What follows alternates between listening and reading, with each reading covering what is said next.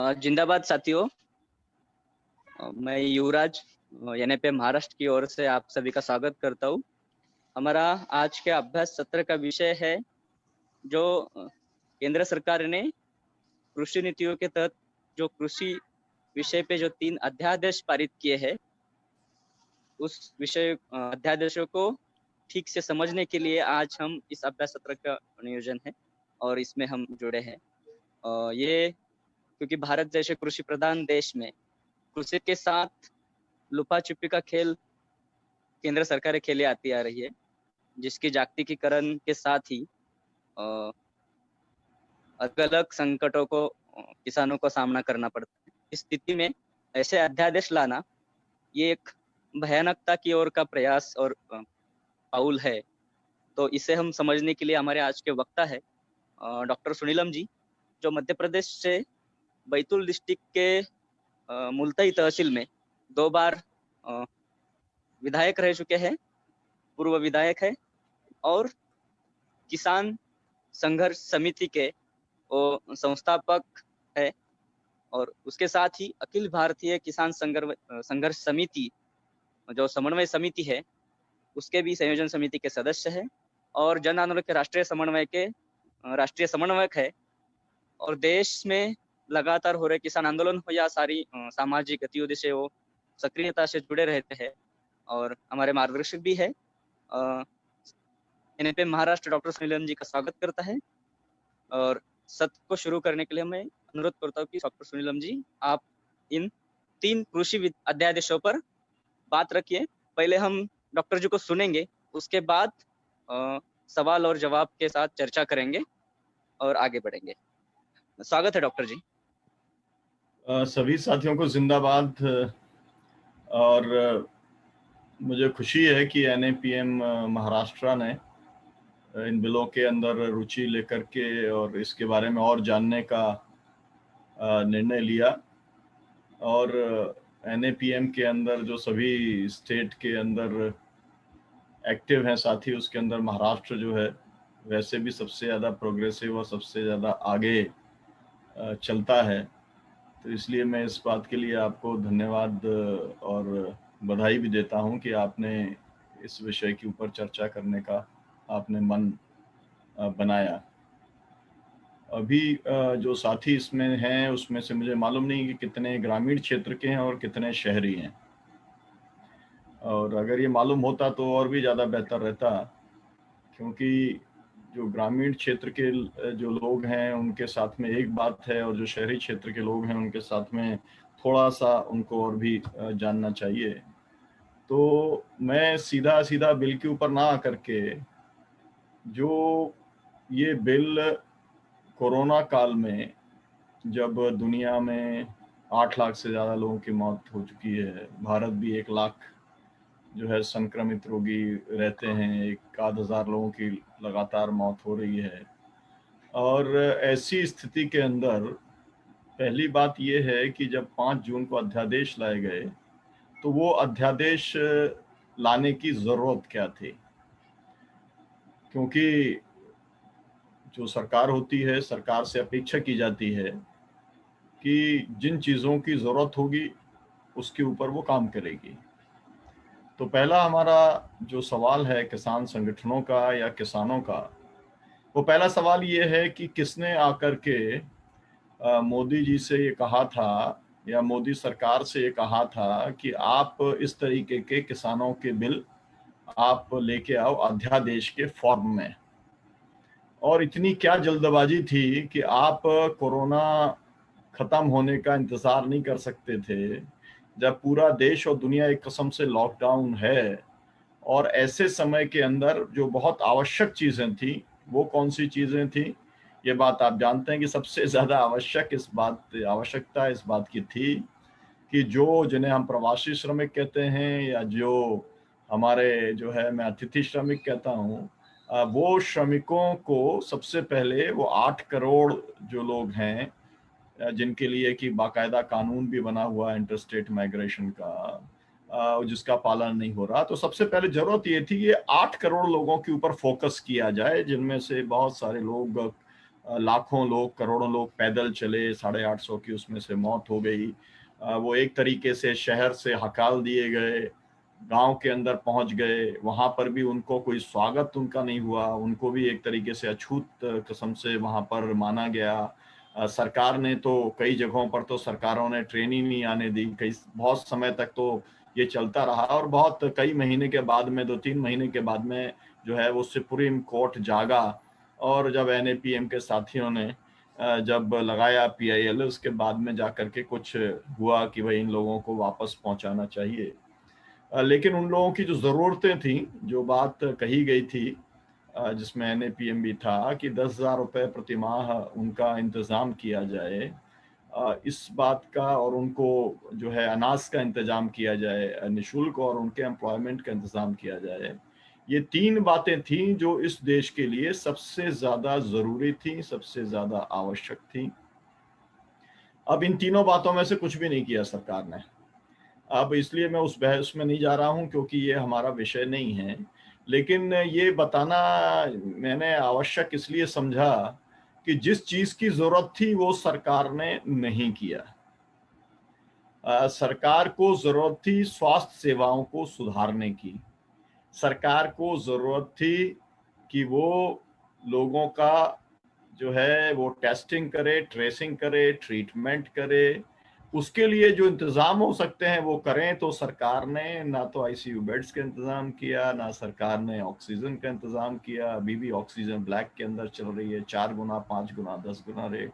और ना प्रॉपर किस्म का ट्रीटमेंट, जो भी दुनिया के अंदर इस समय अवेलेबल ट्रीटमेंट है वो भी जो है लोगों को नहीं मिल पा रहा है। लोग अस्पताल के चक्कर लगा के लोगों की मौत हो रही है।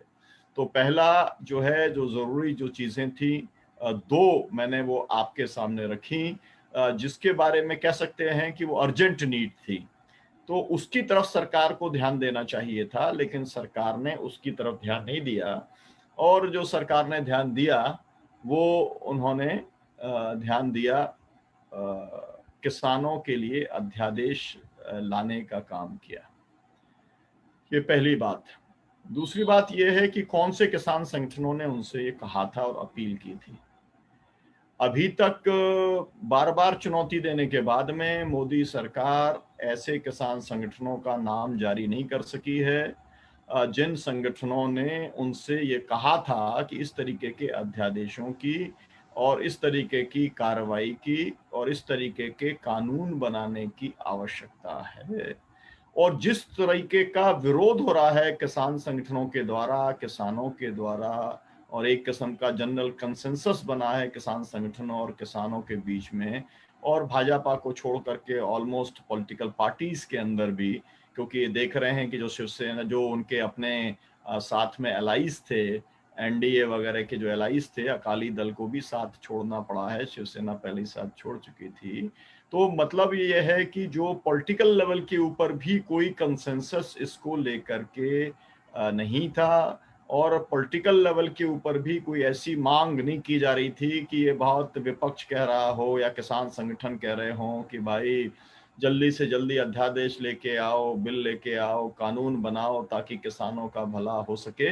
ऐसा कोई बात जानकारी में हम लोगों के नहीं है, और देश ये सरकार से जानना चाहता है। सरकार आज तक वो जानकारी नहीं दे पाई है। लेकिन जिस तरीके से जो एग्रो बिजनेस करने वाली कंपनियां हैं, उनका जो चैम्बर ऑफ कॉमर्स है, उसने जिस तरीके से इसका स्वागत किया है, उससे मालूम पड़ता है कि जो भी कुछ प्लान है वो प्लान जो है इनका शुरू से जिस तरीके से जो एक है, आप सब अच्छे तरीके से जानते हैं, एनएपीएम के जो साथी हैं वो वैचारिक साथी हैं, और उन्हें मालूम है कि जब से एक आईएमएफ, वर्ल्ड बैंक और डब्ल्यूटीओ आया 92 के बाद से, और उसके बाद में जिस तरीके की शर्तें लगाई गई, एक तरीके से ओपन जो है मार्केट को ओपन करने की बात की गई, सब कुछ रेगुलेशंस को ख़त्म करने की बात की गई। तो ये एक पुराना एजेंडा था वर्ल्ड बैंक का या जो इंटरनेशनल फाइनेंशियल इंस्टीट्यूशंस का, जिसको लागू करने के लिए सरकार ने कोरोना काल का जो समय है वो उन्होंने उचित समझा। तो ये मैंने जो बात आपसे तीसरी कही कि जो ज़रूरत थी वो किसानों की ज़रूरत नहीं थी, वो एग्रो बिज़नेस कंपनियों की ज़रूरत थी। और एग्रो बिज़नेस कंपनियों की क्यों ज़रूरत थी ये भी समझना बहुत ज़्यादा ज़रूरी है, क्योंकि आपको मालूम है कि जो खेती है, उस खेती के अंदर जो जो भी कुछ इस्तेमाल होता है, बीज होता है, खाद होता है, कीटनाशक होता है, उसके अंदर डीज़ल लगता है, बिजली लगती है, ये सब चीज़ें जो होती हैं और मार्केट होता है इसके अंदर। तो आप देखेंगे कि आज़ादी के बाद से लगातार जो सरकारों ने काम किया, वो सरकारों ने ये काम किया कि किसानों का जो परंपरागत बीज थे, वो परंपरागत बीजों को ख़त्म कर दिया। उनका जो खाद जिसका वो इस्तेमाल करते थे, जैविक खाद का, गोबर खाद का अलग तरीके का, वो उसे ख़त्म कर दिया। जो पेस्टिसाइड का इस्तेमाल करते थे, ख़त्म किया। मेरा मतलब ये है कि सरकार ने पहले बीज को, खाद को और कीटनाशक को कॉर्पोरेट के हवाले किया। और ये सब जो हवाले कर रहे थे, तब भी इस देश में संघर्ष चल रहा था। आपको मालूम है मोनसेंटो के खिलाफ में संघर्ष चला। हम याद करते हैं नंजुंडस्वामी जी को, जिन्होंने कि जब पूरा मोनसेंटो कंपनी आई तो किस तरीके से उन्होंने, जब उसकी ट्रायल्स चली, जीएम ट्रायल जब हुआ बीजों का, तो किस तरीके से उसका मुकाबला किया, किस तरीके से फसलों को उखाड़ने का काम किया, ये सब आपको मालूम होना चाहिए। और ये भी मालूम होना चाहिए कि जब एग्रीकल्चर को डब्ल्यूटीओ के अंदर शामिल करने की बात चल रही थी और जो है तब इस के खिलाफ में मतलब एग्रीमेंट ऑन एग्रीकल्चर के खिलाफ में बड़ा आंदोलन देश के अंदर चला। और उस समय अंकल डंकल की बात होती थी, और जो है अंकल डंकल आ जाएगा तो सब कुछ लेके चला जाएगा, ये बात चलती थी। हमको याद है, महाराष्ट्र की बात है तो मैं एसपी शुक्ला जी को याद करना चाहता हूँ, है ना, पुणे के अंदर वो आजकल शायद रहते हैं। तो उन्होंने बहुत जो है किसान संगठनों के साथ में मेहनत की, वीपी सिंह जी के साथ, सरकार के साथ भी मेहनत की, और उसके बाद में उनके साथ में और पूरे देश के जो भी राजनीतिक दल ऐसे थे जो उसके खिलाफ थे, उनकी एक तरीके का बौद्धिक ट्रेनिंग करने का काम, दिशा देने का काम, देश को उनके खतरों से आगाह करने का काम किया।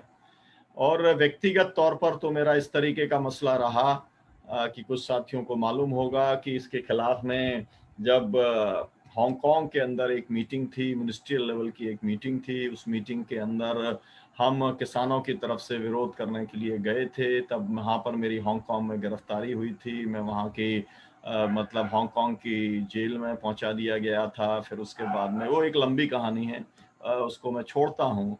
लेकिन मैं ये आपको पृष्ठभूमि बताने का काम कर रहा हूँ कि कॉरपोरेट की नज़र खेती के ऊपर बहुत पहले से रही है, और वो कब्जा करने में, बीज के बाजार को कब्जा करने में, उन्होंने देखा बीटी कॉटन को किस तरीके से लेकर के आए।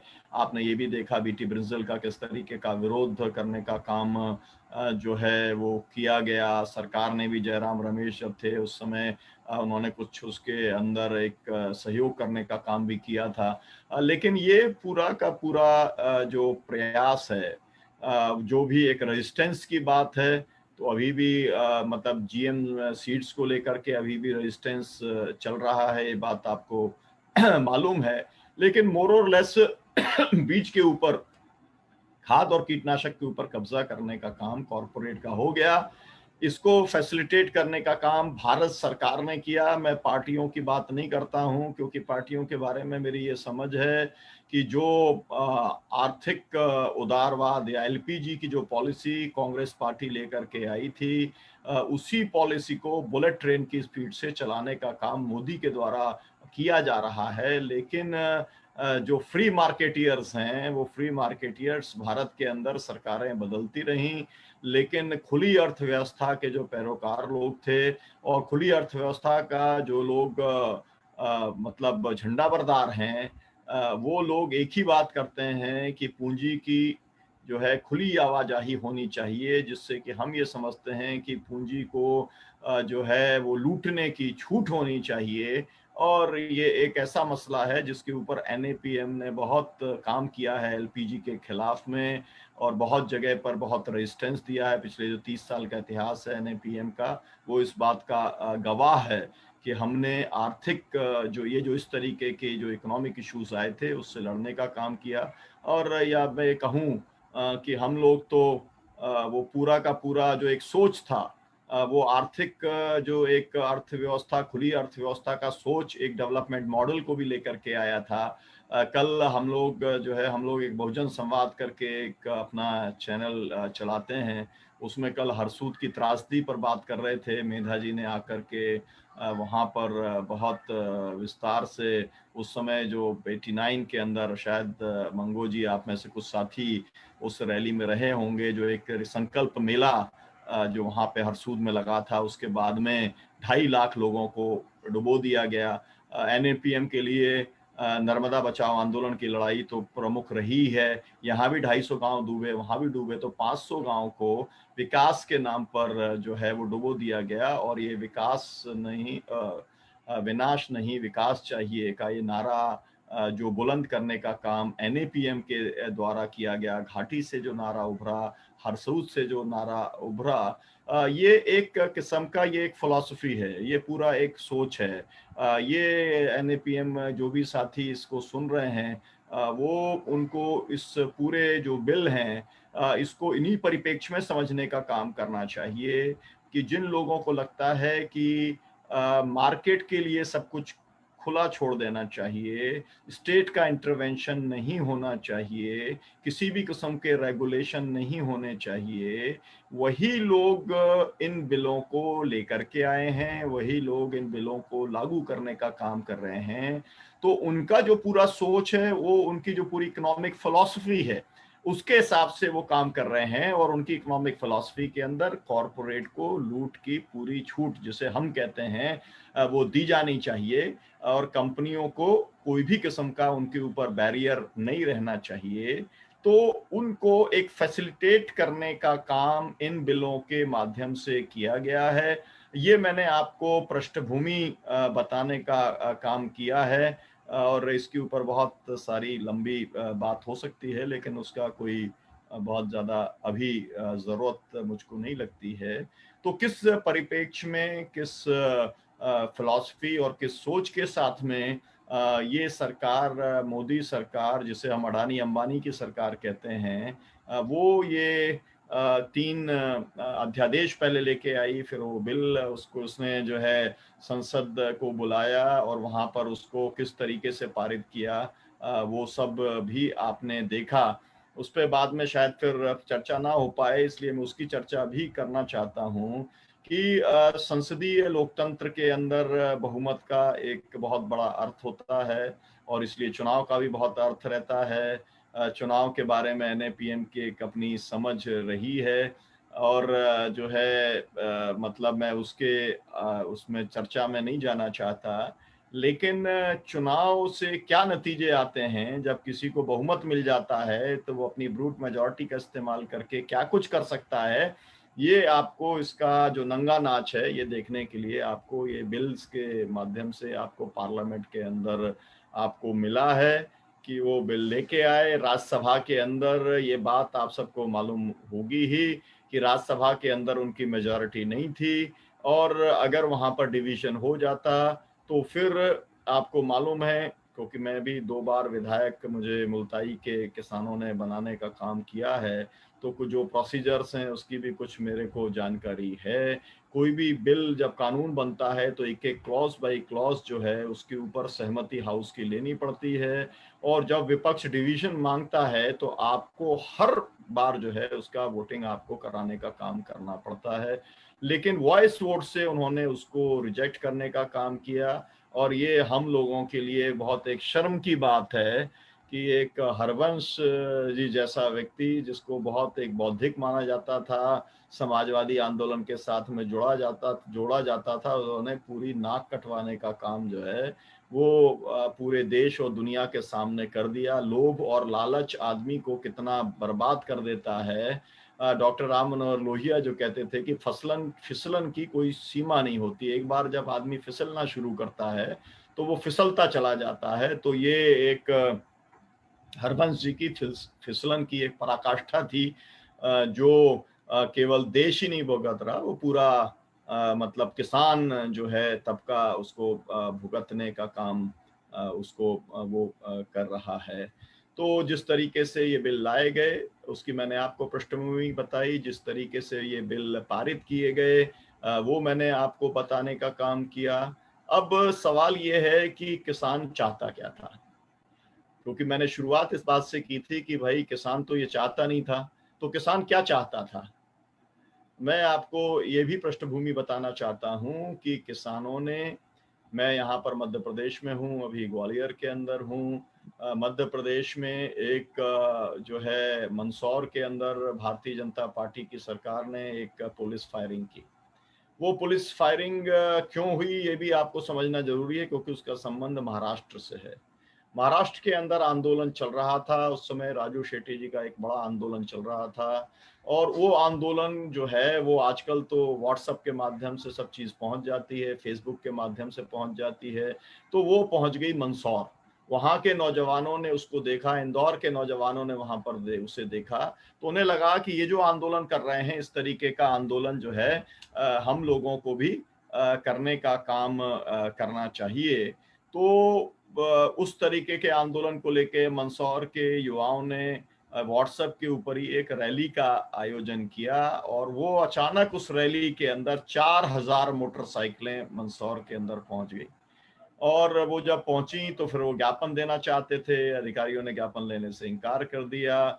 फिर उत्साह का जैसा होता है कि उन्होंने बंद का कॉल दिया, सब कुछ बंद हो गया।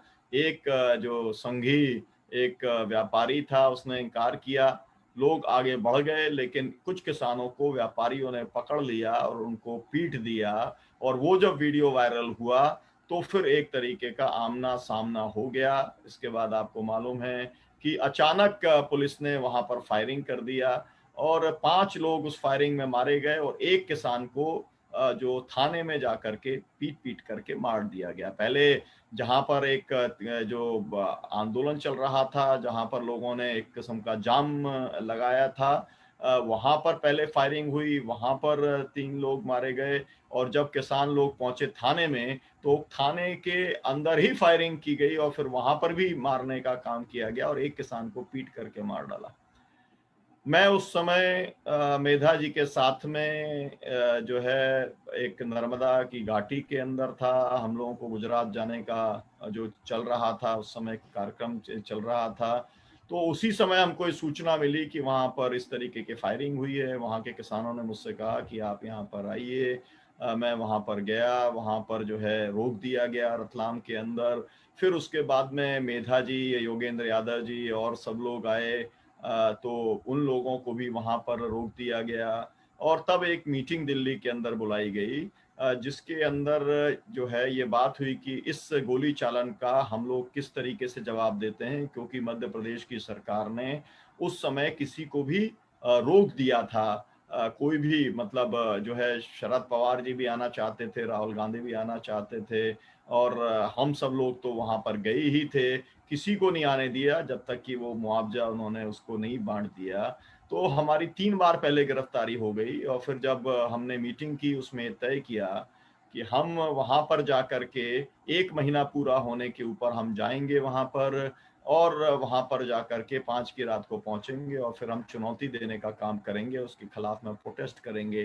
तो मैं जब वहां पर पहुंचा तो मेरे को जेल पहुंचा दिया गया। लेकिन पूरे देश के 1000 से ज्यादा जो है किसान और किसान नेता उसके अंदर पहुंचे। राजू शेट्टी जी से लेके, हनान मुल्ला से लेके, मेधा जी से लेकर के जितने भी नाम आप जानते होंगे देश के किसान नेताओं के, वो सब वहां पर पहुंचे। और सबसे पहले उन्होंने मुझको रिहा कराया बिना शर्त, और उसके बाद में एक यात्रा हमारी शुरू हुई। और उस यात्रा के अंदर हम सब लोगों ने जो मिलके तय किया था कि इस समय 250 किसान संगठनों को ये समझ में आया कि देश के अंदर 2 सबसे बड़े मुद्दे हैं। पहला मुद्दा है किसानों की संपूर्ण कर्जा मुक्ति का, और दूसरा मुद्दा है लाभकारी मूल्य की गारंटी का। तो ये 2 मुद्दे तय हुए। 2 मुद्दों को लेकर के हमने 19 राज्यों की यात्रा की, और बाकायदा 40-50 गाड़ियों के साथ में बड़ा भारी जो है वो पूरे देश के अंदर यात्रा की। उसके अंदर एनएपीएम ने बहुत महत्वपूर्ण भूमिका निभाई पूरे देश के अंदर, साउथ के अंदर भी, और वो यात्रा पूरी चली। इसके बाद में हम लोगों ने जो है पहली बार देश के किसानों ने 2 बिल बनाने का काम किया, क्योंकि माना जाता था कि किसान तो अंगूठा बहादुर होता है, धोती टोपी वाला होता है, इसका बुद्धि से कोई संबंध नहीं है, ये तो पढ़े लिखे जो लोग होते हैं वही लोग ये बना सकते हैं बिल वगैरह। लेकिन किसानों ने इस चुनौती को स्वीकार किया और उन्होंने जो है 2 बिल उन्होंने तैयार किए। और वो 2 बिल जो है जब हम लोगों ने तैयार किए तो हमें ये बात का एहसास था कि अगर बिल पारित कराने हैं तो वो पार्लियामेंट के अंदर पारित होंगे, और पार्लियामेंट में तो पॉलिटिकल पार्टीज करेंगी। तो हम चाहे कितना भी नारा लगाएं कि राजनीति धोखा है, धक्का मारो मौका है, लेकिन मामला तो पार्लियामेंट के अंदर जो पॉलिटिकल पार्टीज के बीच में पहुंचेगा, और वहां पर जब पहुंचेगा तो फिर जो है पॉलिटिकल पार्टीज का ही समर्थन की जरूरत पड़ेगी। तो हम लोगों ने 22 पॉलिटिकल पार्टीज को बुलाया, और 22 पॉलिटिकल पार्टीज इंक्लूडिंग कांग्रेस आए। और आपको ये जानना जरूरी है कि शरद पवार जी भी जो कृषि मंत्री थे, वो भी आकर के, खड़गे जी भी आकर के, जो उस समय लीडर ऑफ अपोजिशन थे, सब लोगों ने आकर के, मतलब 22 पार्टियों ने क्लॉज बाय क्लॉज, शब्द बाय शब्द हम लोगों के साथ में कई दिनों तक चर्चा की, और वो हमारा बिल तैयार हुआ। राजू शेट्टी जी ने लोकसभा में दोनों बिल रखे, राकेश जी सीपीएम के एमपी हैं, उन्होंने जो है वो राज्यसभा के अंदर रखे। हम लोगों ने 2 बड़ी किसानों की, लाखों किसानों की रैलियां करने का काम किया, 500 किसान मुक्ति सम्मेलन करने का काम हम लोगों ने किया। ये मेरा बताने का मतलब ये है कि किसान की जो आवश्यकता थी वो ये थी कि जो खेती है वो खेती घाटे का पेशा बना हुआ है, और क्योंकि उसको सही दाम किसान को नहीं दिया जाता है, तो मूल बात है कि उसको लागत से 1.5 गुना दाम, जो स्वामीनाथन कमीशन ने जिसको जो है जिसकी अनुशंसा की थी, जिसको भारत सरकार ने माना था, और अरुण जेटली जी ने तो घोषणा भी की थी कि वो देने का काम करेंगे, C2 प्लस 50%। लेकिन उन्होंने जो है वो देने का काम नहीं किया। वो झूठ जो चुनाव के अंदर बोला गया था 2014 के अंदर, वो झूठ आज भी कायम है। बार बार सरकार कहती है, अभी उसने एमएसपी बढ़ाया है, 2.6% एमएसपी बढ़ाने का काम उसने किया है, लेकिन C2 प्लस जो 50% है वो नहीं दिया है। C2 प्लस FF मतलब कि ये है कि जो आप किसान की जमीन का किराया और जो उसकी पूंजी लगती है, उसका जो ब्याज, वो भी उसको जुड़ करके जो मिलना चाहिए, जो कि स्वामीनाथन कमीशन ने स्वीकार किया था, जिसके ऊपर की सभी पॉलिटिकल पार्टीज का कंसेंसस था, जिसके ऊपर की सभी पॉलिटिकल पार्टीज ने अपने मैनिफेस्टो में डाला था, बार बार घोषणा की थी। लेकिन मोदी ने तमाम घोषणा करने के बाद में मोदी सरकार ने उसे लागू नहीं किया। तो हम लोगों ने बिल में क्या कहा? हम लोगों ने बिल के अंदर ये कहा कि एक बार, क्योंकि लोगों, किसानों को आजादी के 74 साल हो गए और किसानों को पूरा जो है दाम नहीं मिला, और दाम नहीं मिला का मैं याद करना चाहता हूं, क्योंकि मुझे याद आ रहे हैं doctor Brahmadev Sharma ji, BD Sharma ji, NAPM को बनाने, बढ़ाने और उसकी ताकत को आगे ले जाने और एक विचार के साथ जोड़ने में जिन लोगों की भूमिका है, चाहे वो सिद्धराज ढड्डा जी हों, चाहे वो कृष्ण पटनायक जी हों, उसी तरीके से जो है हम लोग BD शर्मा जी, बनवारी लाल शर्मा जी को भी याद करते हैं। तो बनवारी लाल शर्मा जी ने जो है ये जो वेब ऑफ पॉवर्टी जो उन्होंने निकाला, और उसमें उन्होंने जो पूरा अध्ययन किया, तो उनका अध्ययन ये बताता था कि 1 करोड़ रुपया एक गांव से एवरेज जो है, मतलब 5.25 लाख करोड़ जो है, अगर उस समय का जो उनका गिनती था, तो 5.25 लाख करोड़ रुपया जो है वो गांव से शहर में चला जाता है, जो बैंकों के माध्यम से पूंजीपतियों को कर्ज दे दिया जाता है या उनके माध्यम से, और फिर उसका क्या होता है, NPA हो जाता है। आपको मालूम है मोदी सरकार ने 48,000 करोड़ रुपया तो अकेला कोरोना काल में ही छूट देने का काम या माफ करने का काम कॉरपोरेट का कर दिया है। तो गांव की गरीबी का राज जो डॉक्टर ब्रह्मदेव शर्मा जी उस समय बताते थे वो यही था कि गांव का पैसा शहर में जाता है, वो कैसे जाता है, उसी के अंदर ये पूरा प्राइसिंग का पूरा सिस्टम है कि जो किसान की जो मजदूरी लगनी चाहिए वो मजदूरी उसकी सही नहीं लगाई जाती है। एम्प्लॉय की जो मजदूरी तय करने के लिए एक व्यक्ति कमाएगा, पूरा परिवार खाएगा, ये जो पूरा सिद्धांत है, ये सिद्धांत नहीं माना जाता है और उसको उसकी लागत का जो दाम पूरा नहीं मिल पाता है, इसलिए घाटे में खेती जाती है, इसलिए किसान कर्जदार होता है, इसलिए किसान जो है अभी 92 के बाद से आज तक जो है वो 5 लाख से ज्यादा किसान आत्महत्या कर चुके हैं। अब तो शायद 6 साढ़े 6 लाख की फिगर है, जिसके अंदर सबसे ज्यादा संख्या महाराष्ट्र के विदर्भ के अंदर है और एक लाखों बेवाएं हैं, विधवा महिलाएं हैं, जो कि मतलब आज भी उसका दंश भोग रही हैं कि पति ने तो आत्महत्या कर ली, लेकिन अब उनको अपना पूरा जीवन कैसे बिताना पड़ रहा है, कैसे बच्चे पालने पड़ रहे हैं, ये सब कुछ आपकी नजर में होना चाहिए। क्योंकि जब हम बिल की बात कर रहे हैं तो बिल के ऊपर जो लोग फोकस करना चाहते हैं उनको मेरा अनुरोध है कि वो किसानों के ऊपर फोकस करें और किसानों की हालत को सुधारने वाला बिल बता रहे हैं ना, इसलिए मैं आपको किसानों की पूरी पृष्ठभूमि बताने का और एक वैचारिक जो है इसके पीछे का वो आपको बताने की मैं कोशिश आपको कर रहा हूं। तो बात ये थी कि किसानों को पूरा दाम मिलना चाहिए, लागत से 1.5 गुना दाम उसको मिलना चाहिए। और वो किसका मिलना चाहिए? ये केवल वो नहीं है कि केवल 24 कृषि उत्पादों का मिलना चाहिए। यही पर पेच है, यहीं पर पेच ये है कि सरकार कहती है कि एमएसपी देती है, लेकिन वो एमएसपी केवल 14 कृषि उत्पादों का, और अगर आप आज की तारीख में भी देखें तो मोटे तौर पर वो गेहूं और चावल की खरीद में मिलता है। और वो भी अगर आप देखें तो पंजाब के अंदर जो है वो एक एक दाना गेहूं और चावल का एमएसपी पे खरीदा जाता है, या अभी छत्तीसगढ़ के अंदर भी धान खरीदा जा रहा है क्योंकि उसी के ऊपर वो चुनाव जीत के आए थे। लेकिन बाकी पूरे देश के अंदर गेहूं और चावल भी नहीं खरीदा जाता एमएसपी के ऊपर। तो 24 कृषि उत्पादों के बारे में घोषणा हो जाती है, जैसे मक्का की घोषणा इस साल हुई, मक्का का रेट 1660 सरकार ने जारी किया, लेकिन पूरे देश में महाराष्ट्र से लेके मध्य प्रदेश से लेके बिहार और उत्तर सब जगह पर जो मक्का है वो 700 800 900 रुपए क्विंटल वो आज बिक रहा है, एमएसपी पर वो नहीं खरीदा जा रहा है। तो हम क्या चाह रहे थे अपने बिलों के माध्यम से? हम ये चाह रहे थे, मतलब किसान ये चाह रहे थे, मतलब किसान संगठन ये चाह रहे थे, मतलब एनएपीएम ये चाह रहा था कि सभी कृषि उत्पादों को, और उत्पादों के अंदर हम जो है वो सभी कृषि उत्पादों के अंदर फल और सब्जी भी शामिल करते हैं, हम लोग उसके अंदर मछली भी शामिल करते हैं, हम लोग दूध भी उसके अंदर शामिल करते हैं, हम लोग सभी कृषि उत्पादों को शामिल करने का काम करते हैं। और हम ये कहते हैं कि उसकी लागत से 1.5 गुना मूल्य हमको दिया जाना चाहिए, ये हमारी मूल मांग थी।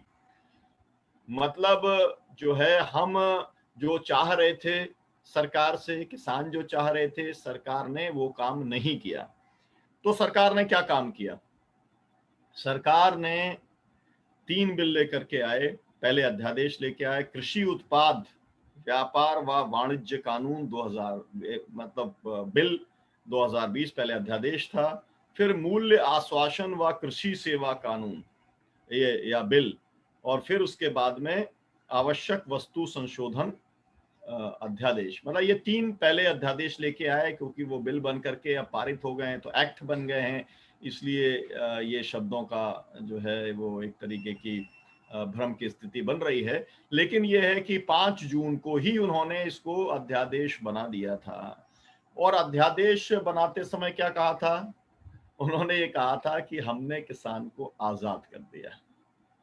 मतलब 15 अगस्त 1947 को देश का किसान आजाद नहीं हुआ था, वो इंतजार कर रहा था कि कब मोदी जी आएंगे, और वो मोदी जी आकर के 5 जून 2020 को इस देश के किसानों की आजादी की घोषणा करेंगे। अब इससे ज्यादा घटिया काम, इससे ज्यादा स्वतंत्रता आंदोलन के कुर्बानी देने वाले 2.5 लाख से ज्यादा शहीदों के अपमान, या जिन लोगों ने मैं तो लड़ाई को बहुत पहले से शुरू करता हूं, जब सूरत में सबसे पहले अंग्रेजों की कंपनी लगी थी तब से शुरू करता हूं। उसके होते हैं सवा 400 साल होते हैं। लेकिन अगर आप बक्सर से लगा लें या आप अलग अलग जो लोग लगाते हैं तो भी 250 साल से कम होते नहीं है आजादी के संघर्ष के। तो ये जो आजादी की जो पूरी लड़ाई लड़ी गई, क्योंकि इसके अंदर ये संघ के लोग तो थे नहीं, क्योंकि इसके अंदर भाजपा के जो पुरखे जो हैं वो लोग तो थे नहीं, जनसंघ वाले तो थे नहीं। और आपको मालूम है, उसके बारे में टीका टिप्पणी करने की जरूरत नहीं है। लेकिन जो लोग अंग्रेजों के साथ में दलाली करने का काम या कभी फंस गए तो माफी मांगने का काम करते थे, जो आज राष्ट्रीयता का या राष्ट्रवादिता का सर्टिफिकेट देने का काम करते हैं, तो उनको वैसे भी उस स्वतंत्रता आंदोलन से कोई प्रेम नहीं है और वो उसका सम्मान भी नहीं करते हैं। वो जब गांधी का ही सम्मान नहीं करते और वो तो आपको मालूम ही है कि अभी जो राष्ट्रभक्त मानते हैं वो सबसे बड़ा वो जो है वो मानते हैं नाथूराम गौडसे को सबसे बड़ा राष्ट्रभक्त मानते हैं। आपके यहाँ पर तो जो है वो कल्याण के अंदर एक मूर्ति भी लगाने, मंदिर बनाने की बात भी चल रही थी। और मेरे यहाँ पर एक उषा ठाकुर है, एक महिला विधायक और मंत्री रही, तो उसने तो अभी भाषण दे दिया यहाँ पर मध्य प्रदेश के अंदर 28 जो उपचुनाव हो रहे हैं ये राष्ट्रद्रोही और राष्ट्रभक्तों के बीच में है। राष्ट्रभक्त वो लोग हैं जो नाथूराम गोडसे के साथ हैं और राष्ट्रद्रोही विपक्ष वाले लोग हैं। तो मेरा मतलब ये है कि अब इन्होंने घोषणा कर दी ये 3 बिलों के 3 अध्यादेशों के माध्यम से कि उन्होंने किसानों को आजाद कर दिया। तो अब क्या आजाद उन्होंने कर दिया? वो आजादी उन्होंने ये दे दी कि किसान अब कहीं पर भी जाकर के अपना माल बेच सकता है और किसी के साथ भी समझौता कर सकता है, और जो व्यापारी है वो कितना भी होर्डिंग कर सकता है, जमाखोरी कर सकता है। ये सब तीनों काम किए किसके लिए गए? किए गए एग्रो बिजनेस कंपनियों के लिए, अडानी अंबानी की कंपनियों के लिए किए गए। लेकिन बताया किसका गया? किसानों को आजाद कर दिया। मैं साथियों आता हूँ मुल्तापी से, जैसा बताया 2 बार वहां से एमएलए रहा। वहां पर मेरे यहाँ पर गोभी होती है, बंद गोभी होती है, और मैं 30 साल से देख रहा हूँ कि 100 ट्रक गोभी एक एक दिन में वहां से निकलती है, और बंबई और कलकत्ता और पटना से लेकर के गुवाहाटी तक जाती है मेरे यहाँ की गोभी, और हाथ से नहीं जाती है, 30 साल से जाती है ना। तो किसानों के ऊपर कभी भी लेके कहीं पर कुछ जाने की रोक नहीं थी। ये बात सबसे पहले समझना चाहिए। और कि अगर आप कहीं पर लेकर के जाते हैं आप अपनी सब्जी और फल, तो आपको रोकने वाला कहीं पर नहीं था, और लोग जाकर के अपना बेचने का काम करते ही थे। लेकिन जो रोक का मामला था, वो जो व्यापारी ट्रकें लेकर के जाता था, जिसके बारे में अब क्या कह रहे हैं, अब के बारे में कह रहे हैं कि अब बिलों ने तो सुविधा कर दी है, अब ट्रकों को रोका नहीं जाएगा, अब आरटीओ का भ्रष्टाचार नहीं होगा। मतलब अब क्योंकि एक एक विषय ऐसा है कि जिसके बारे में मेरा पूरा जिंदगी भर का अनुभव है। आरटीओ बैरियर का एक एक की जो बिक्री होती है वो 50 लाख और 1 करोड़ रुपए की होती है, ये सब लोग जानते हैं। जो लोग इस मतलब प्रैक्टिकल पॉलिटिक्स के साथ जुड़े हैं उन्हें मालूम है कि पूरी पॉलिटिकल फंडिंग जो है वो आरटीओ ऑफिस से ही आती है। तो पूरा का पूरा यही ट्रक वालों से, यही ट्रांसपोर्ट वालों से वही सब वसूल होता है। लेकिन मोदी जी को तो केवल कहना है, तो उन्होंने कह दिया जी अब कुछ वसूली नहीं होगी। मतलब अब व्यापारी जो है वो अपना माल इधर से उधर ले जा सकेंगे, लेकिन कहा गया ये किसानों के नाम से। अब ये जो कानून है, कृषि उत्पाद व्यापार वाणिज्य कानून, ये 8 पेज का कानून है। दोनों के अंदर 25-25 सेक्शन जो है सेक्शंस हैं। अब उसके अंदर जो कहा गया है वो क्या कहा गया है? भाई अगर आप किसानों की बात कर रहे हैं तो अकेले किसानों के लिए कहते हैं कि अकेले आप किसान कहीं भी ले जा सकता है, लेकिन उसके साथ में ट्रेडर लगा हुआ है।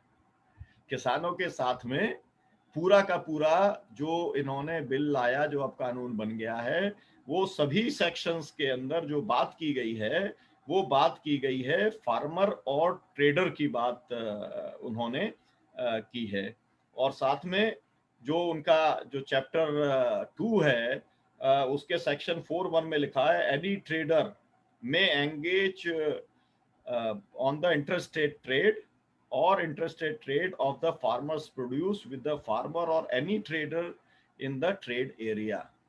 मतलब ये है कि ये बाकायदा स्पष्ट लिखा हुआ है ना, कि ये मामला केवल किसानों का मामला नहीं है, ये बेसिकली जिनको लाभ देना था वो ट्रेडर थे, तो उनका ही नाम दिया है ना। एक तरफ ये बता रहे हैं कि हम बिचौलियों को खत्म कर रहे हैं, है ना, और हम तो पूरा जो है अड़ातियों को खत्म कर रहे हैं, और अड़ातियों को मतलब मंडी के अंदर वालों को खत्म कर रहे हैं, और वो जो लोग ये काम करेंगे मतलब वो क्या आसमान से टपकेंगे? वो तो यही लोग हैं जो लोग एग्रीकल्चर प्रोड्यूस के अंदर जो बिजनेस करते थे, जो मंडी के अंदर करते थे, वही पहले बाहर करते थे, वही अब इस कानून के तहत करने वाले हैं, है ना।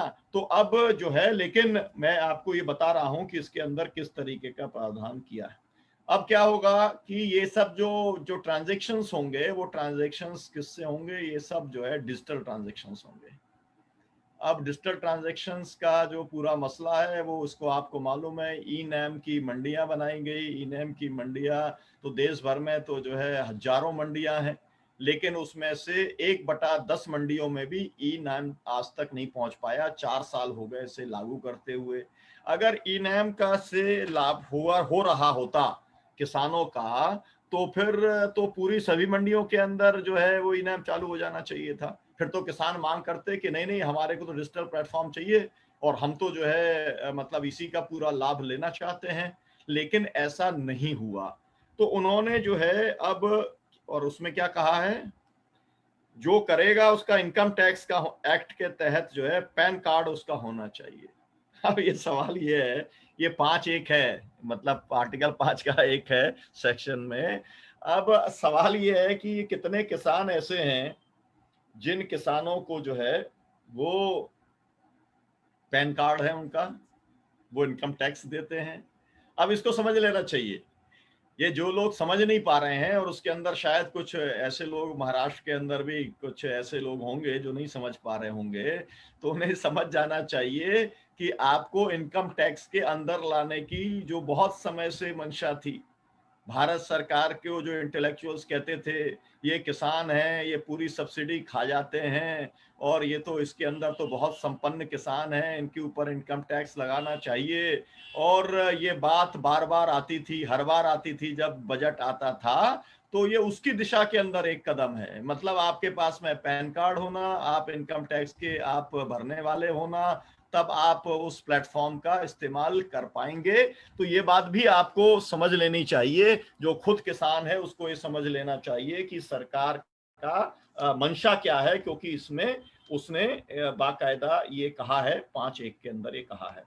अब एक और पॉइंट जो है वो उसमें ये लिखा है, चैप्टर 2 के अंदर लिखा है, पॉइंट 6 में लिखा है कि कोई मार्केट फीस और कोई सेस और लेवी नहीं ली जाएगी। अब आप मुझे बताइए, हम लोग तो एनएपीएम के जो लोग हैं वो लोग बैंक चार्जेस के खिलाफ में आंदोलन चलाते हैं, और हम ये बताते हैं लोगों को कि जो है बैंक चार्जेस के नाम पर आपको पता नहीं चलता, जिस जिसका इस देश के अंदर बैंक के अंदर खाता है उसको हजारों रुपया उसका ट्रांजैक्शन से कट जाता है, उसको पता नहीं चलता है। लेकिन जब हम लोग हिसाब किताब देखने निकले, एक फाइनेंशियल अकाउंटेबिलिटी वाला एक हमारा साथी जो चलाते हैं, जो भाई, और दूसरे साथी जो चलाते हैं, उन लोगों ने जब हमको ये बात समझाई, तो हम लोग वर्धा के अंदर थे तो बड़े भारी हम लोगों ने नारा वारा भी लगाया और अपने वीडियो वगैरह भी बताए, और बैंक चार्जेस बंद होनी चाहिए ये वाली बात हमने की।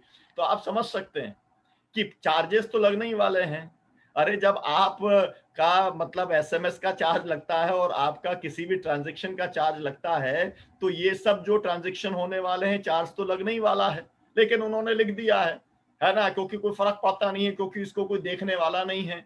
और ये जो कोई डिस्प्यूट रेज करेंगे, तो ये जो डिस्प्यूट के अंदर आप जो है वो सबसे खास बात यह है कि आप जो है इसके अंदर नहीं जा सकते, अदालत में नहीं जा सकते। आप सोचिए, आप किसानों को ऐसा आजाद कर दिया है कि किसान जो है वो अदालत के अंदर नहीं जा सकता।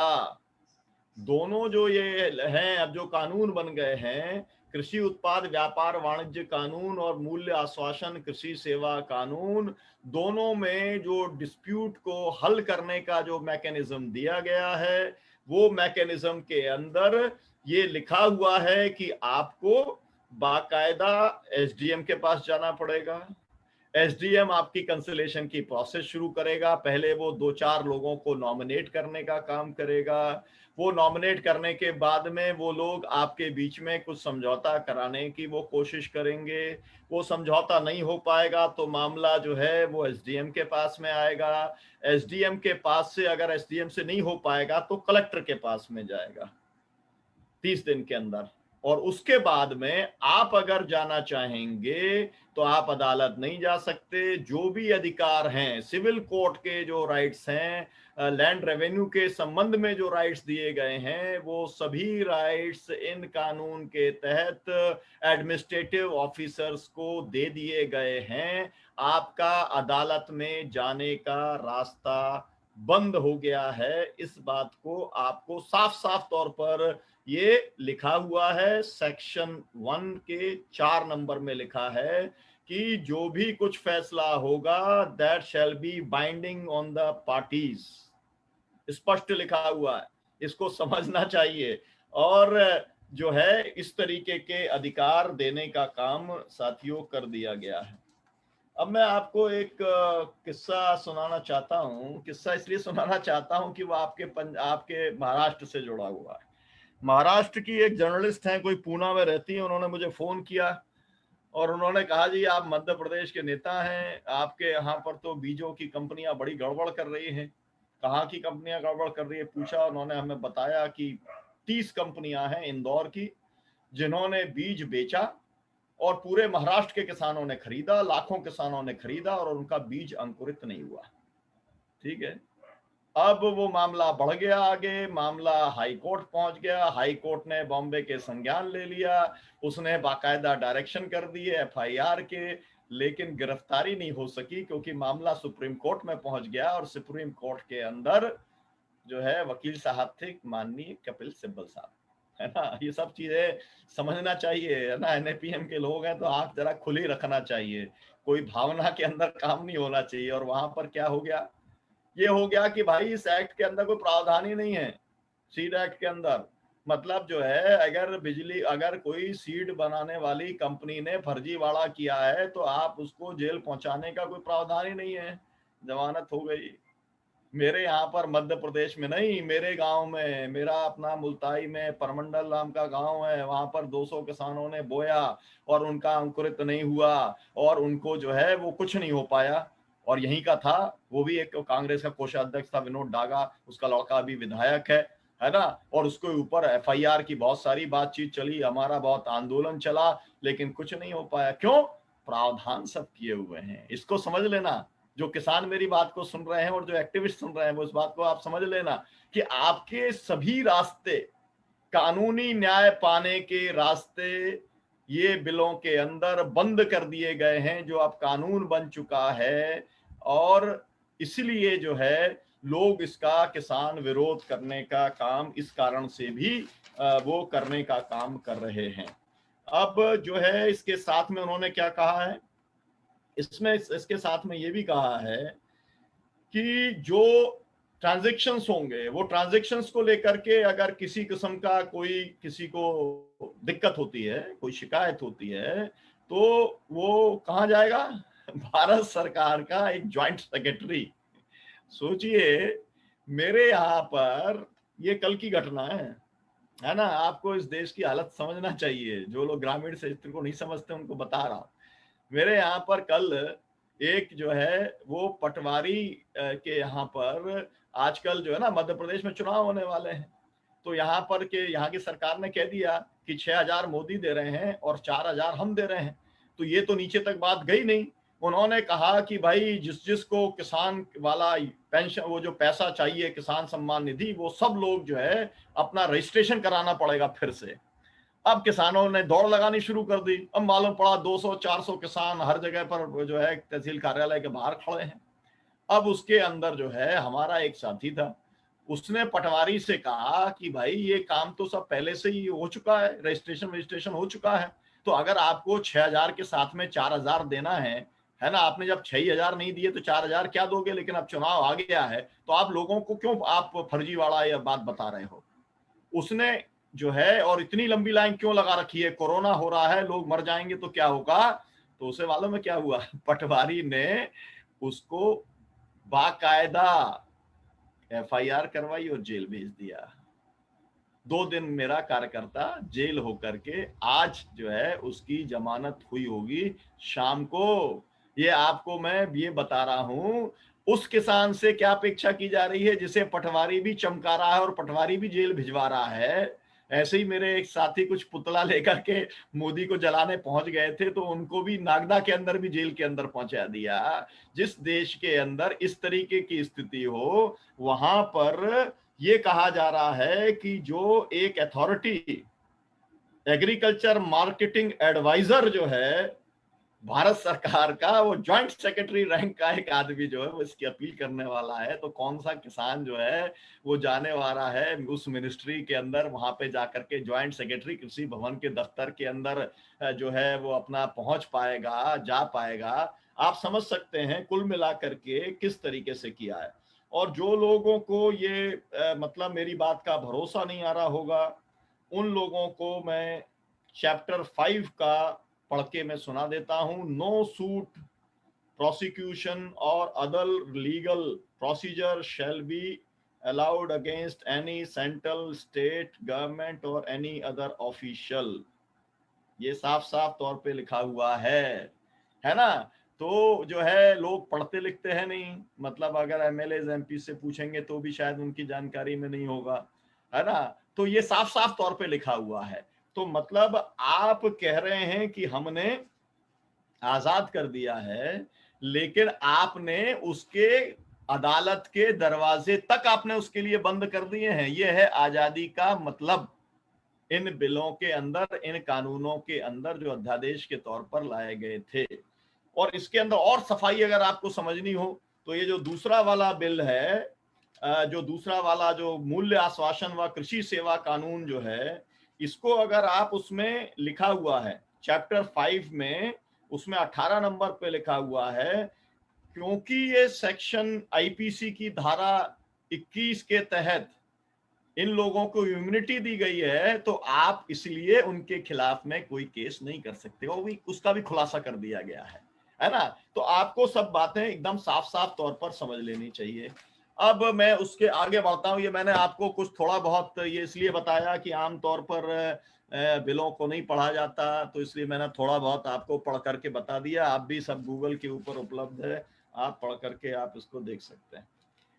अब यह है कि आपने मुक्त बाजार आपने कर दिया है, मतलब मंडी के बाहर अब जो है वो खरीदी होगी। सरकार क्या कह रही है? सरकार कह रही है 1 नेशन 1 मार्केट। हम क्या कह रहे हैं? 1 नेशन 1 MSP सभी कृषि उत्पादों की। ठीक है। अब आप ये सोचिए कि उन्होंने कहा तो है कि भाई एक ही मार्केट रहेगा, और फिर क्या कह रहे हैं कि मंडी खत्म नहीं होगी। अरे भाई, मंडी जब खत्म नहीं होगी तो एक मार्केट मंडी के अंदर होगा और एक मार्केट बाहर होगा, है ना। तो आप जब ये कह रहे हो कि एक मार्केट होगा, तो आपकी मंशा एकदम स्पष्ट है कि आप मंडी को खत्म करने वाले हो। मैं आपको ये भी बताना चाहता हूं कि पूरे देश भर के मंडी के कर्मचारियों ने हड़ताल की। मध्य प्रदेश के अंदर तो कई बार ये हड़ताल हो गई। अभी जब हम लोगों ने कॉल दिया था 25 तारीख वाला, उसके भी समय 2 दिन के अंदर मतलब मध्य प्रदेश की हर मंडी के अंदर हड़ताल हुई। क्यों? क्योंकि मंडी के सब कर्मचारी खत्म होने वाले हैं। क्यों खत्म होने वाले हैं? मंडी के अंदर जब सेस लिया जाता था, जब शुल्क 8.5% लिया जाता था, तो उससे डेवलपमेंट का काम भी होता था। पंजाब के अंदर अकेले 5 से 6 हजार करोड़ रुपया इकट्ठा होता था, जिससे कि सड़कें, ग्रामीण सड़कों का बनाने का काम होता था, या जो भी इंफ्रास्ट्रक्चर बिल्डिंग चाहिए किसानों के लिए वो होता था। और उसी से ये मंडियां चलती थी, और उसी से मंडियों के कर्मचारी वहां पर काम करते थे। मंडियों के अंदर जो है वो हजारों की संख्या में हमाल काम करते थे, है ना। मैं हमालों की बात जब करता हूं तो मेरे को हर समय हमाल पंचायत और बाबा अढ़ाव का ख्याल मेरे को आ जाता है कि उन्होंने वहां के लोगों के लिए किस तरीके के प्रबंध कराने का काम किया। तो अभी तो मंडी को ही बंद करने का मामला है। अब मंडी को बंद करने का मामला भी मैं आपसे कहना चाहता हूं कि जो अगला कानून है, मतलब जो एक समझौते वाला कानून है कि ठेका खेती के ऊपर मतलब किसान जो है कंपनियों से करेगा, उसका और इसका भी जुड़ाव है। ये जुड़ाव आमतौर पे लोग नहीं देख पाते हैं।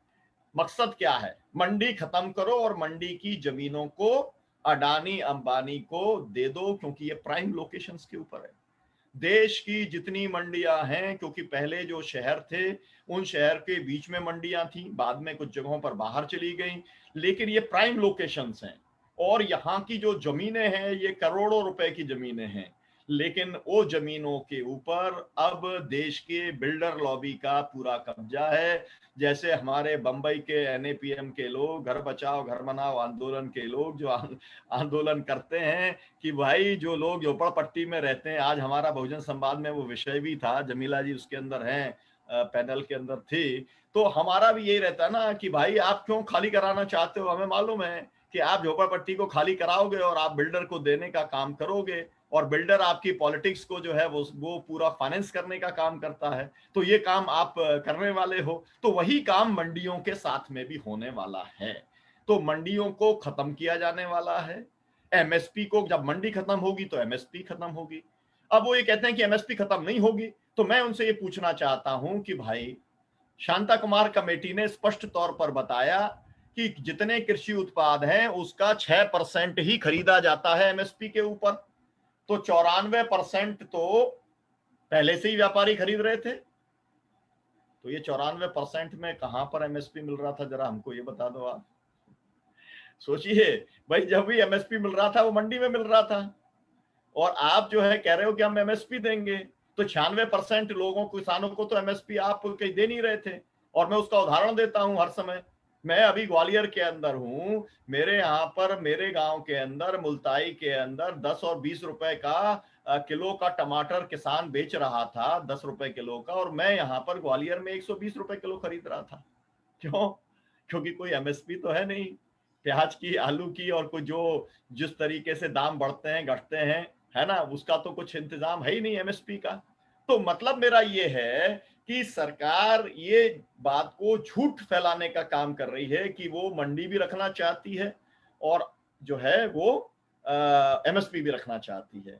अब अगर वो दोनों काम रखना चाहती है तो मैं पूछना चाहता हूं कि आखिरकार पंजाब का किसान, हरियाणा का किसान क्यों आंदोलन कर रहा है और कैसा आंदोलन कर रहा है, इस बात को समझिए। एनएपीएम के एक्टिविस्टों को ये सबको प्रेरणा लेने का काम करना चाहिए कि पंजाब का ही किसान ऐसा है। माफ करिएगा, सबसे ज्यादा किसान आंदोलन की बात चलती है हम लोगों की जो है महाराष्ट्र की चलती है ना। हम लोग हर समय जब भी बात करते हैं तो जो है लाल मार्च निकला था एआई केस का, उससे की बात करते हैं। राजू शेट्टी जी का पूना से बंबई मार्च की बात करते हैं। सुकार्णो समिति ने क्या क्या किया है इसकी बात की, दूध का आंदोलन चलाया, सब कुछ बात करते हैं। लेकिन आपके यहाँ पर महाराष्ट्र के अंदर एमएसपी के ऊपर उस तरीके से खरीद नहीं होती जैसी पंजाब के अंदर होती है। ये बात एकदम साफ है। और ये बात जो है इरेस्पेक्टिव ऑफ गवर्नमेंट्स है ना। आपका ये बला है कि उसके अंदर जो है गन्ना के किसान जो है ताकतवर हैं, तो अपना जो है राजू सेठी एक अपना जो है गन्ना परिषद कर लेते हैं, उसके अंदर एक रेट जारी कर देते हैं और उससे नीचे जो है वो नहीं खरीद पाते। गन्ना कारखाने के मालिक जो है वो एक गन्ना किसानों ने एक अपनी ताकत डेवलप करने का काम किया है, लेकिन वो ताकत पंजाब के किसानों ने अपनी जबरदस्त किया है और इसीलिए उनकी वो एमएसपी पाते भी हैं, वो फ्री इलेक्ट्रिसिटी भी पाने का काम करते हैं। और उनको ये समझ में आ गया कि हमारा सब कुछ डूबने वाला है, तो पूरी खेती किसानी की जो संपन्नता है वो खत्म होने वाली है। इसलिए उन्होंने इतनी एकजुटता बनाई कि कांग्रेस पार्टी जिसने लिखा हुआ था ना, बार बार बोल रही है ना भाजपा के, उनके मैनिफेस्टो में लिखा हुआ था, है ना, तो लिखा हुआ था ना, तो वो भी सरकार साथ में खड़ी हो गई किसानों की। और विपक्ष जो है अकाली दल, वो भी साथ में खड़ा हो गया, इस्तीफा भी दे दिया, एनडीए से भी अलग हो गया। क्यों हो गया? क्योंकि उसको मालूम है कि ये नॉन नेगोशिएबल है। पंजाब के किसान के लिए ये नॉन नेगोशिएबल है। एमएसपी और मंडी वो खत्म नहीं होने देगा किसी भी कीमत पर और किसी भी हालत के अंदर। और इसीलिए आपने वहां पर देखा किस तरीके का आंदोलन हुआ, क्योंकि हमारा एक आंदोलनकारी समूह है तो इसलिए मैं आंदोलन के बारे में भी थोड़ा सा आपको ये बताना चाहता हूँ। पहले उन्होंने कोरोना काल के अंदर जब सब लोग दुबके हुए थे, डरे हुए थे, कोरोना फैल जाएगा, मर जाएंगे, बंद कर सब कुछ किया, उन्होंने 20,000 ट्रैक्टरों की रैली निकाल दी पंजाब के अंदर। फिर उन्होंने 22 जिलों के अंदर 2-2 हजार मोटरसाइकिल की रैली निकालने का काम किया। फिर उन्होंने जो है अभी 25 तारीख को सब कुछ उन्होंने ब्लॉकेट कर दिया। फिर उन्होंने जो है पूरा का पूरा पंजाब बंद कर दिया। अब क्या कहा उन्होंने? अब उन्होंने रेल रोको कर दिया है और अब वो ये कह रहे हैं कांग्रेस सरकार से कि स्पेशल सेशन बुलाओ असेंबली का, और स्पेशल सेशन बुला करके आप ये घोषणा करो कि हम ये कानूनों को लागू नहीं करेंगे। संविधान में प्रावधान है राज्यों के लिए, उसी के अंतर्गत जो है वो कह रहे हैं कि भाई जो है हम इसको लागू नहीं करेंगे, इस तरीके की आप घोषणा करो। जब वहां पर सभी पार्टियां जो है मतलब अकाली दल और कांग्रेस वाले जब तैयार हैं तो उस तरीके का वहां पर एक नया वो भी एक विधेयक ला करके और कानून पारित कर सकते हैं, और जो है किसानों को वो जो भी कुछ चीजें कंटिन्यू रखना चाहते हैं वो रख सकते हैं। ये बात मैंने इसलिए जिक्र किया है कि ये मसला महाराष्ट्र के अंदर भी वहां के संगठनों को इसी तरीके से उठाने का काम करना चाहिए। और इसका सपोर्ट करने के लिए उन्होंने क्या तय किया? उन्होंने ये तय किया कि हम हर गांव के ग्राम सभा का प्रस्ताव लेंगे। ग्राम सभा के अंदर प्रस्ताव हो जाएगा। फिर से याद करता हूं डॉक्टर बी.डी. शर्मा, ग्राम सभा संसद से भी ऊपर। दिल्ली वाले सुन लो आज, हमारे गांव में हमारा राज। ये आपके यहाँ पर बड़ा चलता है, वो गढ़चिरौली और कौन कौन से जो इलाके हैं सरकार जहां से बहुत थर्राती है और डरती है और लोगों को फर्जी मुकदमों में बंद करती है, वहां पर ये नारे बहुत चलते थे डॉक्टर साहब के, है ना। वो नारा अब आज पंजाब लगा रहा है ना। तो अब वहां पर तो ठीक है तुम बंद कर लेते हो, गरीब आदिवासी रहता है, उसने एक जो है अपना पत्थर लगाया और उसने शिलालेख लगाया और उसने घोषणा की और तुमने उसको जेल के अंदर डाल दिया। 200-400-500 तो अकेले हमारे यहाँ बस्तर के अंदर ही पड़े हुए हैं जेल के अंदर, कोई माई बाप नहीं है, कोई पूछने वाला नहीं है। अब अगर स्टेट की इतनी ताकत है तो कर दे पंजाब के अंदर बंद। हम तो खुली चुनौती देते हैं कि भाई तुमने भीमा कोरा गांव वाले बंद कर दिए 15, तुमने बंद कर दिए दिल्ली के दंगों के अंदर फर्जी लोगों को, मतलब कुल मिला करके जो लोगों का हिंसा से कोई लेना देना नहीं है, तुमने उन्हें फंसा करके उन्हें बंद कर दिया। तो कर दो किसानों को बंद। ताकत है ना भाई, केंद्र सरकार है तुम्हारी, कानून तुम्हारा है, यूएपीए तुम्हारा है। तो यूएपीए जो है 31 संगठन है पंजाब के अंदर, सब इकट्ठे हैं, तो लगा दो उनके ऊपर, उनके सब नेताओं को तुम बंद कर लो। तुम्हारी अगर हैसियत हो भारत सरकार की तो तुम्हें मालूम पड़ेगा कि कितनी हैसियत है तुम्हारे, यूएपीए का क्या मतलब होता है ये मालूम पड़ेगा। मेरा कहने का मतलब साथियों ये है कि पंजाब के किसानों ने इस बात को समझा है, इन इन जो जो बिल हैं उसकी गंभीरता को उन्होंने समझने का काम किया है, और वो समझ करके इसीलिए वो आंदोलन चला रहे हैं। वो आंदोलन बढ़ रहा है। ये सरकार कहती है और ये पूरा मीडिया प्रोजेक्ट करता है। गोदी मीडिया के लिए तो पहले रिया थी, सुशांत थे, अभी वो कंगना और कौन कौन से दीपिका सब कुछ आ गए। मतलब वही फुल टाइम यही काम चलता रहता है ना। उनके लिए मतलब जो है वो हाथरस की लड़की की, है ना, मनीषा वाल्मीकि की जो भी है ना, उसकी हत्या का, उसके गैंग रेप का कोई मामला ही नहीं है ना। उन्नाव वाला कोई उनके लिए मामला ही नहीं है। कितने बलात्कार होते रहते हैं, कितने सामूहिक रेप होते हैं, किस तरीके से अधिकारी बचते हैं, है ना। मेरे यहाँ तो आपने देखा होगा कि एक आईपीएस अधिकारी, डीजी रैंक का अधिकारी जो है अपनी पत्नी को पटक पटक के पीट रहा है, उसके ऊपर भी एफआईआर नहीं हुई, है ना। तो इनके जितने कानून और वो सब कुछ चलते हैं सरकार के, ये सब कमजोर लोगों के ऊपर ये चलाने का काम ये करते हैं। तो मैं आपको ये बता रहा था कि ये जो पूरे जो बिल हैं वो किस तरीके से खतरनाक हैं, किस तरीके से मंडी को और एमएसपी की व्यवस्था को खत्म करने वाले हैं। और ये जो इनका जो एक और बिल है कि ये कह रहे हैं कि भाई असीमित भंडारण की जो छूट दे दी, आवश्यक वस्तु संशोधन। अब इसका मतलब क्या होगा? इसका मतलब ये होगा कि अभी तक तो ये था कि 80 रुपए किलो की प्याज बिकी इस देश के अंदर, अब 180 रुपए की प्याज भी बिकेगी। अभी 40 रुपए किलो के जो अपने आलू बिक रहा था वो अब जा करके 140 के अंदर भी बिकेगा। क्यों, कैसे बिकेगा? क्योंकि ये माल जो है ये खुद इकट्ठा करने वाले हैं। मतलब इनके पास में जब माल इकट्ठा हो जाएगा तो उसका रेट ये तय करेंगे। ये बात एकदम साफ है, जिसके पास में मार्केट की मोनोपोली होती है वही मार्केट का रेट तय करता है। तो अभी जो भी कुछ था, चाहे वो खाने का तेल हो, चाहे वो अनाज हो, चाहे वो प्याज हो, चाहे वो आलू हो। अभी तक ये था कि आप अगर ज्यादा आप होर्डिंग करते हैं, तो होर्डिंग किसान तो करता नहीं है। किसान की तो स्थिति ऐसी रहती है कि क्योंकि किसान को तो 3 महीने के अंदर एक आध बार मिलता है, तो वो तो बिल्कुल खेत से ही बेचने के चक्कर में रहता है। ये वाली बात एकदम आपको मालूम है अच्छे तरीके से, क्योंकि उसके पास में तो पैसा कुछ होता ही नहीं है, उसको तो तुरंत पैसा चाहिए होता है। उसने जो 3 महीने उधारी में निकाले होते हैं, बच्चों की फीस देनी होती है, कहीं पर डॉक्टरों को पैसा देना होता है, कहीं पर उसको शादी ब्याह करना पड़ता है, जो भी कुछ करना पड़ता है, उसके लिए उसको तो तत्काल जो है पैसा चाहिए होता है। तो वो डेस्परेट सेल करने का काम वो करता है। तो अब तो जो है सेल जो है बाकायदा हो गया।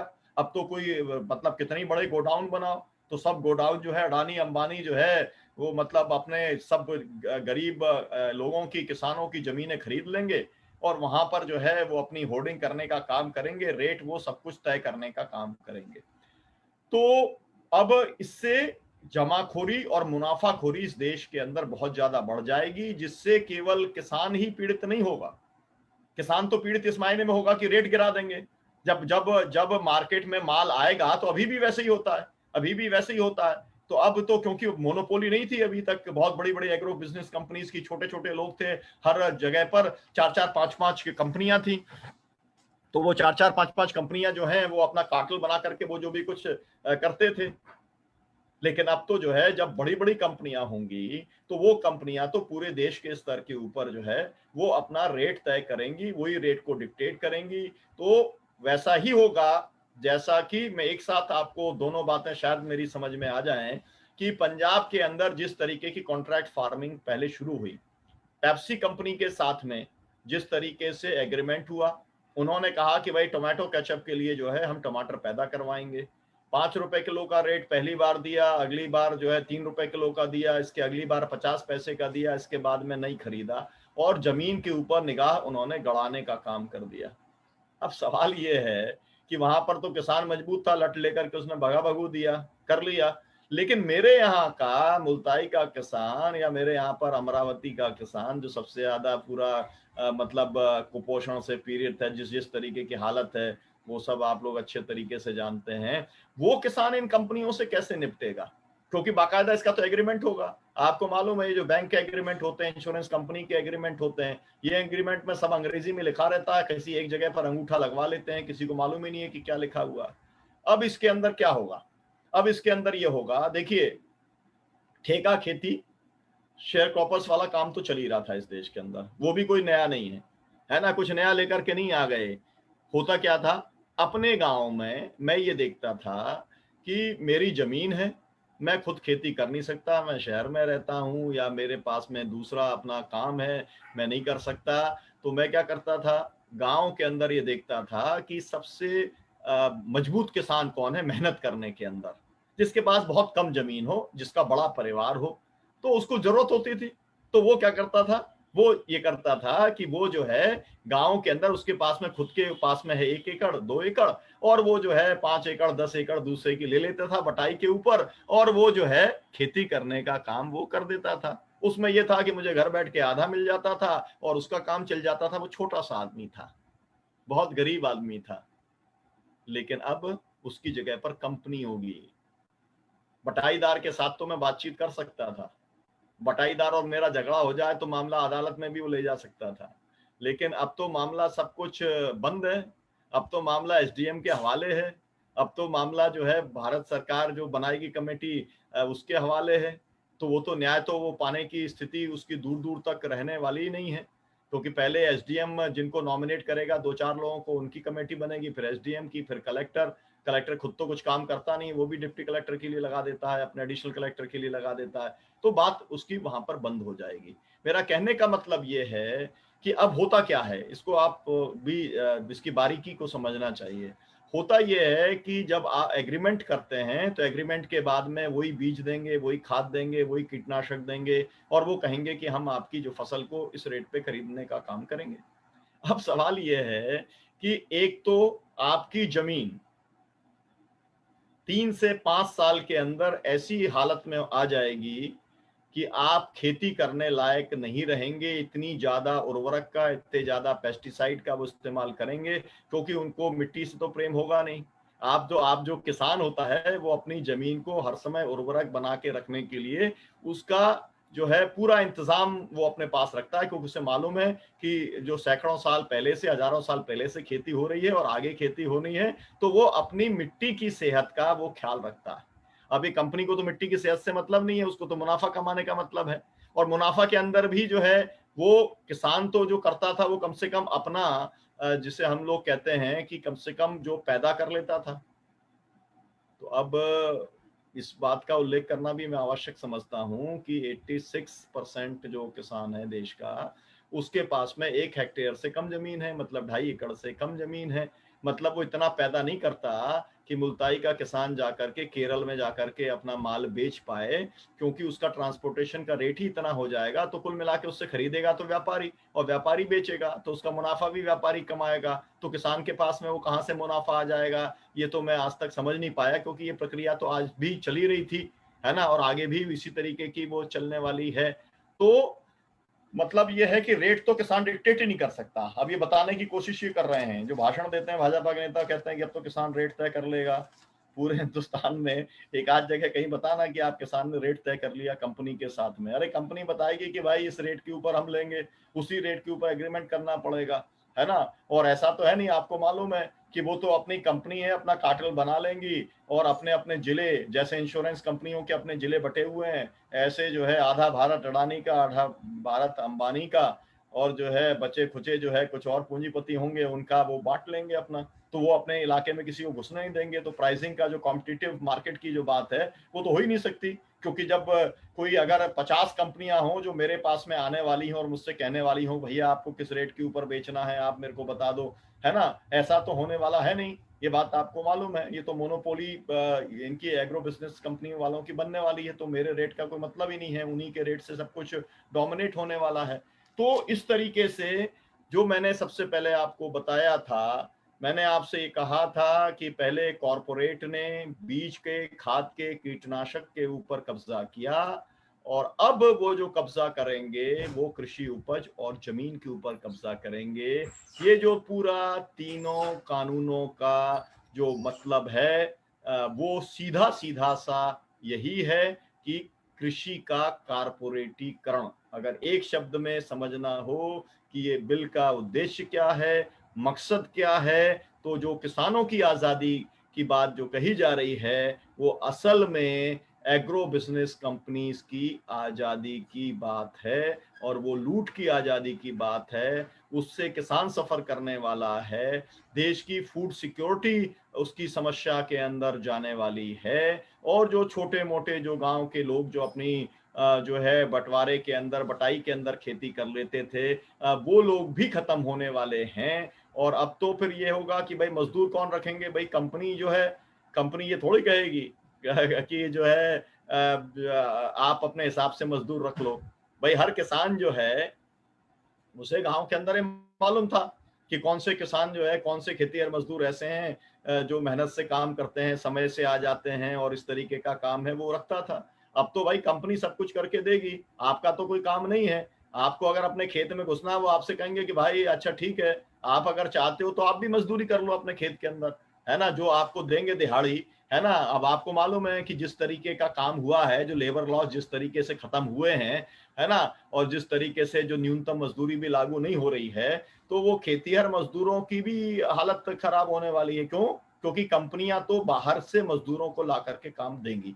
उन्हें मालूम है कि अगर गांव का मजदूर काम करेगा तो फिर वो तमाम सारे सवाल करेगा, वो वर्किंग कंडीशंस के सवाल करेगा, वो टाइम के ऊपर पेमेंट होना पड़ेगा उसका सवाल करेगा। तो क्या होगा, दूर दराज के इलाकों से, जैसे कंस्ट्रक्शन के अंदर होता है, जैसे कंस्ट्रक्शन के अंदर आप देखते हैं जैसे बिल्डर लोग करते हैं, मैं तो क्योंकि बैतूल में हूं, बगल में छिंदवाड़ा है, बालाघाट है, सिवनी है, तो वहां से 200, 400, 500 ये जो सब जाते हैं, ये जिन्हें प्रवासी श्रमिक या अतिथि श्रमिक कहा जा रहा है, ये सब तो एक तरीके का एक बॉन्डेड लेबर के तौर पर जाते हैं ना। एक ठेकेदार आता है, और यही हुआ मतलब बहुत सारी जगहों पर तो जब मैं इस पूरी चीज को देख रहा था तब मेरी नजर के सामने ये बात आया कि मेरे यहाँ के मुल्ताई के कम से कम 2-4 हजार लोग जो बाहर गए हुए थे, वो आना चाह रहे थे 2-3 महीने तक। तो जो ठेकेदार था जो उनको लेकर के गया था, जिसने कि उनको वहां पर नौकरी दिलाई थी, था तो वो कंपनी का के अंदर नौकरी कर रहा था, लेकिन उसको नहीं आने दिया। क्यों नहीं आने दिया? उन्होंने कहा एक कॉन्ट्रैक्ट है तुम्हारा, तुम अगर छोड़ोगे तो तुम्हारे को एक भी पैसा नहीं मिलेगा, है ना। मुश्किल से एक तरीके से जैसे बंधुआ मजदूरों को कराया जाता है, मुक्त कराया जाता है, ऐसे हमने कराने का काम किया देश के अंदर। सब लोगों को इसके उदाहरण मालूम है।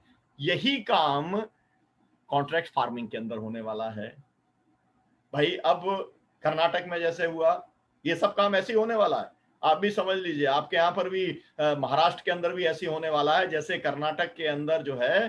कर्नाटक के अंदर वो भूमि सुधारों को खत्म करके उन्होंने एक कानून लेकर के आया, क्या किया? लैंड सीलिंग खत्म कर दी। एक परिवार 460 एकड़ जमीन रख सकता है। फिर से सुन लीजिए, एक परिवार 460 एकड़ जमीन रख सकता है। और इसीलिए उसकी खिलाफत हुई, इसीलिए 21 तारीख को वहां पर जो है वो 20,000 किसान इकट्ठे हुए बैंगलोर में, और अभी 28 तारीख को उन्होंने पूरा का पूरा कर्नाटक को बंद करने का काम किया। क्यों बंद करने का काम किया? क्योंकि उनकी जब जमीनें 5,000 10,000 एकड़, कोई किसान की तो होगी नहीं, है ना, कोई किसान परिवार की भी नहीं होगी। वो तो जो पुराने जमींदार थे, मतलब जमींदारी प्रथा फिर से लौट आएगी, और जमींदारी प्रथा के साथ में गुलामी प्रथा लौटेगी। और ये गुलामी प्रथा छोटे किसान, या जो छोटे किसान जब मैं कहता हूं तो उसका भी स्पष्टीकरण आपको समझ लेना चाहिए, जो शायद शहर के लोगों को शायद ना मालूम होगा, उनको ये जानना जरूरी है। जो मैंने आपको कहा कि 86% किसान 1 हेक्टेयर से कम वाले किसान हैं, इनके यहाँ पर इतना पैदा नहीं होता कि अपना परिवार चला सकें, तो इसलिए ये अपनी बोनी करते हैं, और बोनी के बाद में ये चले जाते हैं शहर के अंदर मजदूरी करने के लिए, है ना। तो ये लोग बेसिकली, ये लोग छोटे किसान हैं और ये लोग मजदूर भी हैं, है ना। तो अब जो है ये जो पूरा जो मजदूर है, तो अब ये इसी तरीके से जो कॉन्ट्रैक्ट फार्मिंग, जिनके पास 5,000 एकड़ 10,000 एकड़ का फार्म होगा, वो इसी तरीके से जैसे बिल्डर लेकर के आते हैं, है ना। या फिर मेरे यहाँ पर जैसे बड़े किसान भी जिस तरीके से, हरदा है, हरदा के अंदर जो है, आप अगर जाएंगे वहां पर बड़ी बड़ी लोगों के पास में जोत है, तो वहां पर आप अगर जाएंगे तो एक एक मतलब गांव के साथ में उनका तय है, 20 30 40 मजदूर उनके पास में सालाना बोनी के समय और कटनी के समय आते हैं, है ना। इसी तरीके से होने वाला है। मेरा कहने का मतलब यह है कि मजदूरों को भी मजदूरी मिलेगी, इसकी भी कोई गारंटी नहीं है, क्योंकि बड़ी कंपनी होगी उसका क्या उखाड़ लोगे आप। तो गांव के लोग तो होंगे नहीं कि गांव के लोग घेर लें उस कंपनी वाले को, मैनेजर को पकड़ लें, है ना। वो तो गांव के लोगों को रखेंगे नहीं, बाहर के लोगों को रखेंगे, बाहर के लोगों को बंधुआ बना करके रखेंगे, उन्हीं का वहीं पर झोपड़ी डाल देंगे और अपनी चारों तरफ बाउंड्री बना लेंगे। कोई गांव का आदमी उसके अंदर झांक करके नहीं देख सकता। ये सबका अंदाजा शायद आप लोगों को में से जो लोग एक्टिविस्ट हैं उनको तो होगा, बाकी सबको अंदाजा नहीं होगा कि कंपनियां किस तरीके से चार दीवारी लगाती हैं और किस तरीके से वायरिंग करती हैं। और आप मतलब 10-20 साल भी आपके यहाँ पर कंपनी रह जाएगी तो आपको अंदर पता नहीं चलेगा कि क्या होता है। ऐसा ही खेतों के अंदर होने वाला है। ये बातें मैंने आपको बताई, ये तीनों जो अध्यादेश आए थे, जो बिल बने, जो आप कानून बने हैं, और इसलिए इन सब खतरों को देखते हुए किसान जो है वो खिलाफत करने का काम कर रहा है, विरोध करने का काम कर रहा है। मुझे लगता है कि समय बहुत ज्यादा हो गया है और इन्होंने बोला नहीं, इसलिए इतना गड़बड़ हो गया है। जो है युवराज भाई को बीच में टोक देना चाहिए था, है ना। तो अभी मेरे को ख्याल आ गया है, मैंने घड़ी देखी है तो 8:26 हो रहा है तो आपका काफी सारा समय निकल चुका है। लेकिन मुझे लगता है कम से कम 20 लोग थे जो कि जुड़े थे इसका जूम में। तो फेसबुक में कितने लोग देख रहे हैं वो मुझको मालूम नहीं है, लेकिन आप लोग इसको जब अगर डालेंगे, यूट्यूब पे डालेंगे और उसमें डालेंगे, तो मुझे लगता है कि देश के बहुत सारे किसानों को और किसान संगठनों को इसको समझने में जो है मदद मिलेगी। वो एक तरीके से कटसी NAPM महाराष्ट्र होगा। तो वो सब लोग जो है युवराज भाई को धन्यवाद देंगे कि भाई उन्होंने कम से कम इस तरीके का मटेरियल हमको उपलब्ध करा दिया। तो मैं अपनी बात जो है यहाँ पर मैं समाप्त करता हूँ। आप सबका बहुत बहुत धन्यवाद। इंकलाब जिंदाबाद। लड़ेंगे और जीतेंगे, क्योंकि हमारा 2 अक्टूबर को भी कार्यक्रम है, 14 अक्टूबर को कार्यक्रम है, और 26-27 नवंबर को हम लोग लाखों किसानों की रैली फिर से करने वाले हैं, जिसका NAPM अभिन्न अंग है। हम सब लोग दिल्ली के अंदर जरूर मिलेंगे, पूरी ताकत के साथ मिलेंगे। एक बार इस सरकार को भूमि अधिकार जिस तरीके से हम लोगों ने उसको पीछे ढकेला था, सरकार को, क्योंकि आएंगे तो कंपनियां खेत में ही आएंगी ना, गांव में ही आएंगी, हवा में तो कुछ होने वाला है नहीं ना। जो भी कुछ होगा वो हमारे इलाके के अंदर होगा, वो दिल्ली के अंदर तो होगा नहीं, तो निपटा जाएगा। जब किसानों ने तय कर लिया है तो मामला आगे बढ़ने वाला है। धन्यवाद आप सबका। एक मिनट, डॉक्टर साहब, एक महत्वपूर्ण सवाल है, छोटा है लेकिन महत्वपूर्ण सवाल के पास मैं जा रहा हूँ। उससे पहले मैं थोड़ा एक और मतलब आपके साथ एक जानकारी साझी मुझे करना लगा, क्योंकि जब मैं डॉक्टर जीजी पारिक के मार्गदर्शन में खादी ग्रामोद्योग आंदोलन के साथ जुड़ा था, उसी समय में मुल्ताई में आया था शहीद दिन वहाँ जो 12 जनवरी को प्रोग्राम किया जाता है किसानों के हत्याओं का। तो उस समय आपने जिस जेल और फर्जी जिक्र किया, फर्जी गिरफ्तारी के साथ इस आंदोलन की भूमिकाओं का, तो मेरी आपकी पहचान हुई थी। पुलिस वैन में आप आगे बैठे थे उस दिन, आप मुल्ताई न्यायालय में आए थे और वहां से आप जा रहे थे पेशी करके। उस समय अपनी पहली मुलाकात हुई थी और वही मेरा पहला दिन था NAPM के साथ जुड़ने का।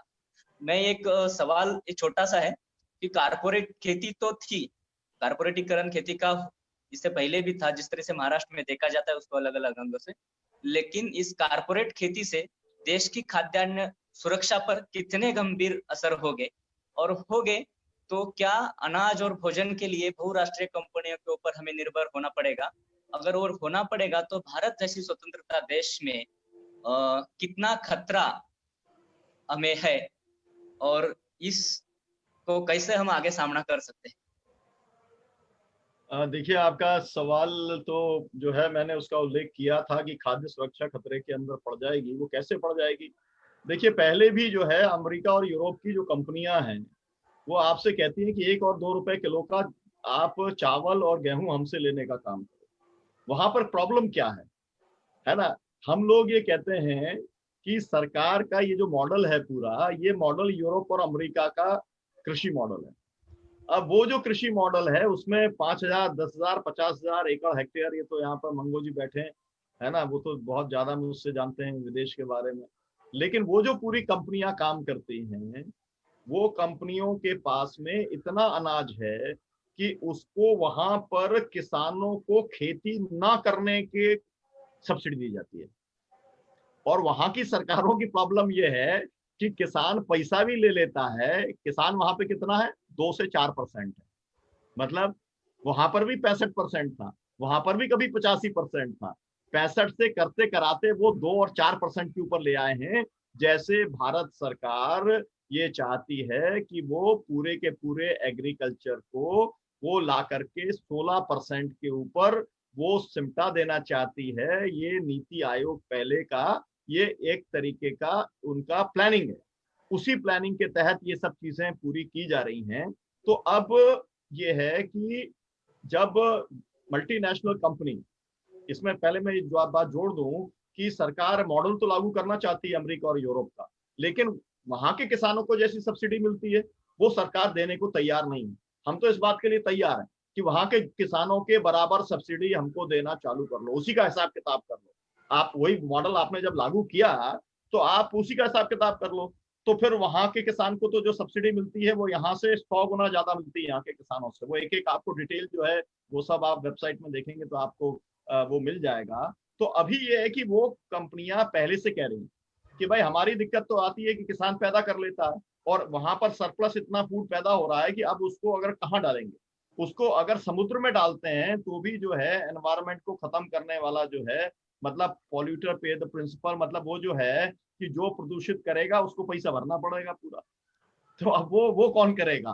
तो इसलिए उनको तो डंप करने के लिए आप जो है उन्हें तो चाहिए, देश चाहिए उन्हें। तो भारत जैसा देश जो है वो अगर उनका माल खरीद ले 1 और 2 रुपए के अंदर, तो वो तो घर पहुंचाने के देने को तैयार बहुत पहले से हैं।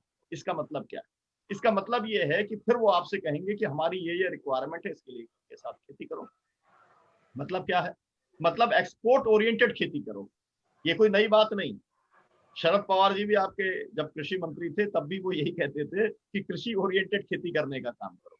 है ना। तो अब कृषि ओरिएंटेड जब खेती करोगे, मतलब आपको कोई जरूरत नहीं है अपने घर के लिए अनाज उगाने की, ठीक है, वो तो अनाज हम आपको देते चले जाएंगे, और आप हमारे लिए खेती करने का काम करो, फूल की खेती करो, जो जो कुछ हमारे मतलब हमारे उपभोक्ता के लिए जो जरूरी है वो आप पैदा करो। और एक समय के अंदर जब आप अपनी आत्मनिर्भरता आपकी अनाज से खत्म हो जाएगी, तब हम रेट तय करने का काम करेंगे। वही काम जो कि एग्रो बिजनेस कंपनियां देश के अंदर करेंगी, वही काम मॉन्सेंटो जैसी कंपनियां या कारगिल जैसी कंपनियां, जिनका बजट महाराष्ट्र की सरकार से, मध्य प्रदेश की सरकार से बड़ा बजट है जिनका, एक एक कंपनी का, वो कंपनियां ये काम करने वाली है। तो कुल मिलाकर के खाद्य सुरक्षा तो खतरे के अंदर जाने वाली है। और खाद्य सुरक्षा खतरे में जाने का मतलब ये है कि लोगों का भूखे मरना, लोगों का एक तरीके से, एक जो अभी हम लोग कह रहे हैं ना कि आत्महत्या, तो एक तो मैं ये बात आपसे लिख करके देने चाहता हूँ, क्योंकि वो बात उसका जिक्र नहीं आया, आपने निकाला तो उसका मैं जिक्र कर देता हूँ कि सरकार ने कहा था कि हम दुगनी आमदनी करेंगे ना, किसानों की दुगनी आमदनी करेंगे। और मैं लिख के दे सकता हूँ कि अगले आपको साल 2 साल में जिन्होंने कहा था दुगनी आमदनी, तो अगर वास्तविकता महंगाई की दृष्टि से देखेंगे या जो आप प्राइस इंडेक्स की दृष्टि से अगर आप देखेंगे, तो किसान की आमदनी जो औसतन अभी कितनी है, 14,000 रुपए साल है एवरेज, और उसके अंदर 7,000 रुपए साल है 6 राज्यों के अंदर, है ना। तो आप ये देखेंगे कि इसके अंदर भी कमी आ जाने वाली है और फूड सिक्योरिटी खतरे के अंदर पड़ने वाली है, क्योंकि जब होर्डिंग की बात खत्म हो गई कि कितना भी अनाज वो रख सकते हैं, कितना भी इंपोर्ट कर सकते हैं। और आपको मालूम है डब्ल्यूटीओ के खिलाफ में आप ही के यहाँ पर बंबई के अंदर हम लोगों ने डब्ल्यूटीओ के खिलाफ में आंदोलन किया था, वीपी सिंह जी आए थे, और वीपी सिंह जी का जो डायलिसिस शुरू हुआ था वहीं से हुआ था। 3 दिन का ऑपरेशन उन्होंने वहां पे बंदरगाह के ऊपर किया था, और उसके बाद में उनकी पूरी जिंदगी बर्बाद हो गई। और उसके बाद में वो किस तरीके से हुआ वो सब आपके सामने है। तो हम लोग तो बाहर से, मतलब जो कृषि का जो भी आयात हो उसके ऊपर जो टैक्स लगता है, अब तो जो भी एग्रीमेंट्स होंगे, अभी एफटीए होने वाला है, क्योंकि अब जो है नए नए जो है बायलैटरल एग्रीमेंट्स हो रहे हैं, है ना। अभी आपको मालूम है आरसीईपी हो रहा था, आरसीईपी का देश के किसानों ने विरोध किया, और 16 देशों के साथ होने वाला था, वो नहीं होने दिया, और उसके चलते ये हुआ कि वो बच गए। लेकिन अब जो है एक देशों के बीच में होने वाला है ये एग्रीमेंट, और उससे आपने सही सवाल उठाया कि ये होने वाला है, तो वो फूड सिक्योरिटी जो है वो खतरे के अंदर पड़ने वाली है। आपने जो युवराज भाई जिक्र किया कि आपकी शुरुआत हुई एनएपीएम से, आप जुड़े, मुल्ताई से आप जुड़े, हमको इस बात का फक्र है कि आपने वहां से जो प्रेरणा ली शहीदों से, तो आप बहुत बढ़िया काम कर रहे हैं। लेकिन मैं उस केस के बारे में आपको बताना चाहता हूं कि अभी सुप्रीम कोर्ट का ऐसा निर्देश आ गया है कि हमारे केसेस जो है 2 महीने के अंदर वो सेटल कर दिए जाएं, और जिसका मतलब ये है कि मामला बहुत जो है गड़बड़ हो सकता है। तो हो सकता है कि आपको फिर से जेल में मिलने के लिए जल्दी ही आपको आना पड़े। ये आपको मैंने जो वर्तमान स्थिति है वो आपको बता दिया जी। जी डॉक्टर साहब। मेरा यही कहना है सर कि ये अपने राज्यकर्ता भूल गए कि अपनी ये जो है एग्रेरियन इकोनॉमी है अपनी कंट्री की, और वो जो फार्मर सेंट्रिक कुछ जो भी है कुछ करना चाहिए वो सब वो भूल गए है। इतना ही मैं बताना चाहता हूँ। और एक्सप्लॉइटेशन बहुत ज्यादा हो रहा है फार्मर का।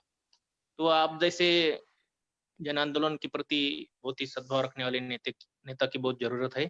या अभी तक मैं आपको 3 बार सुन चुका हूँ और आपका बहुत ही उसमें बहुत बढ़िया अभ्यास है। धन्यवाद सर, मुझे एनलाइट करने के लिए बहुत बहुत शुक्रिया। बहुत शुक्रिया आपका। डॉक्टर साहब मैं आपसे एक बात कहना चाहता हूँ, इस बात का हाँ उल्लेख हाँ करना बोलिए सर। आवश्यक समझता हूँ कि हाँ देश के अंदर अभी भी 65% लोग कृषि और उस गांव के ऊपर आधारित हैं, यस एग्रीकल्चर यस। इकोनॉमी के ऊपर।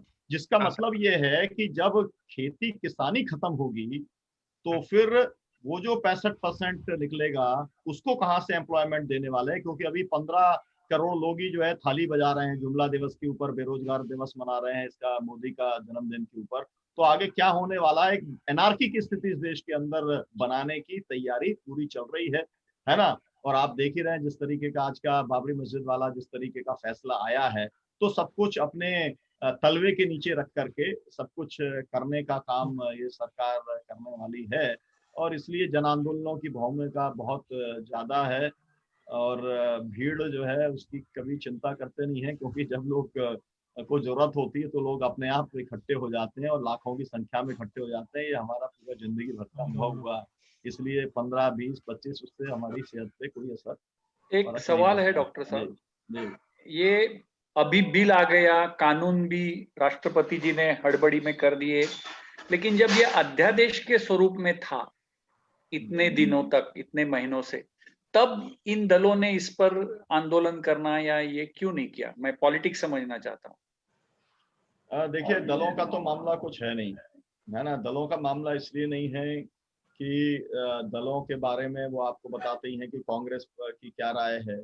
बाकी जो सब दल हैं, मामला अध्यादेश के समय इसलिए नहीं कर पाए क्योंकि खेती किसानी के अंदर तो मतलब लगा हुआ था किसान, और कोरोना का जो संकट था या जिस तरीके का इन्फेक्शन था उसका एक डर का वातावरण भी था और लॉकडाउन भी था। और लॉकडाउन इस तरीके का था कि लॉकडाउन के समय में मतलब आपके यहाँ पर भी हुआ होगा कि पूरी सब्जियां और फल लोगों के सड़ गए, उनको निकल करके शहर तक नहीं लाने दिया गया। हमने जबकि बहुत हमने प्रयास किया था कि भाई गांव के अंदर पूरी पंचायत रहती है, पंचायत के अंदर सब मेंबर रहते हैं, वहाँ पे गाड़ियां रहती हैं, किसानों के खेत से शहर तक ले जाने की इजाजत दो, लेकिन नहीं दी।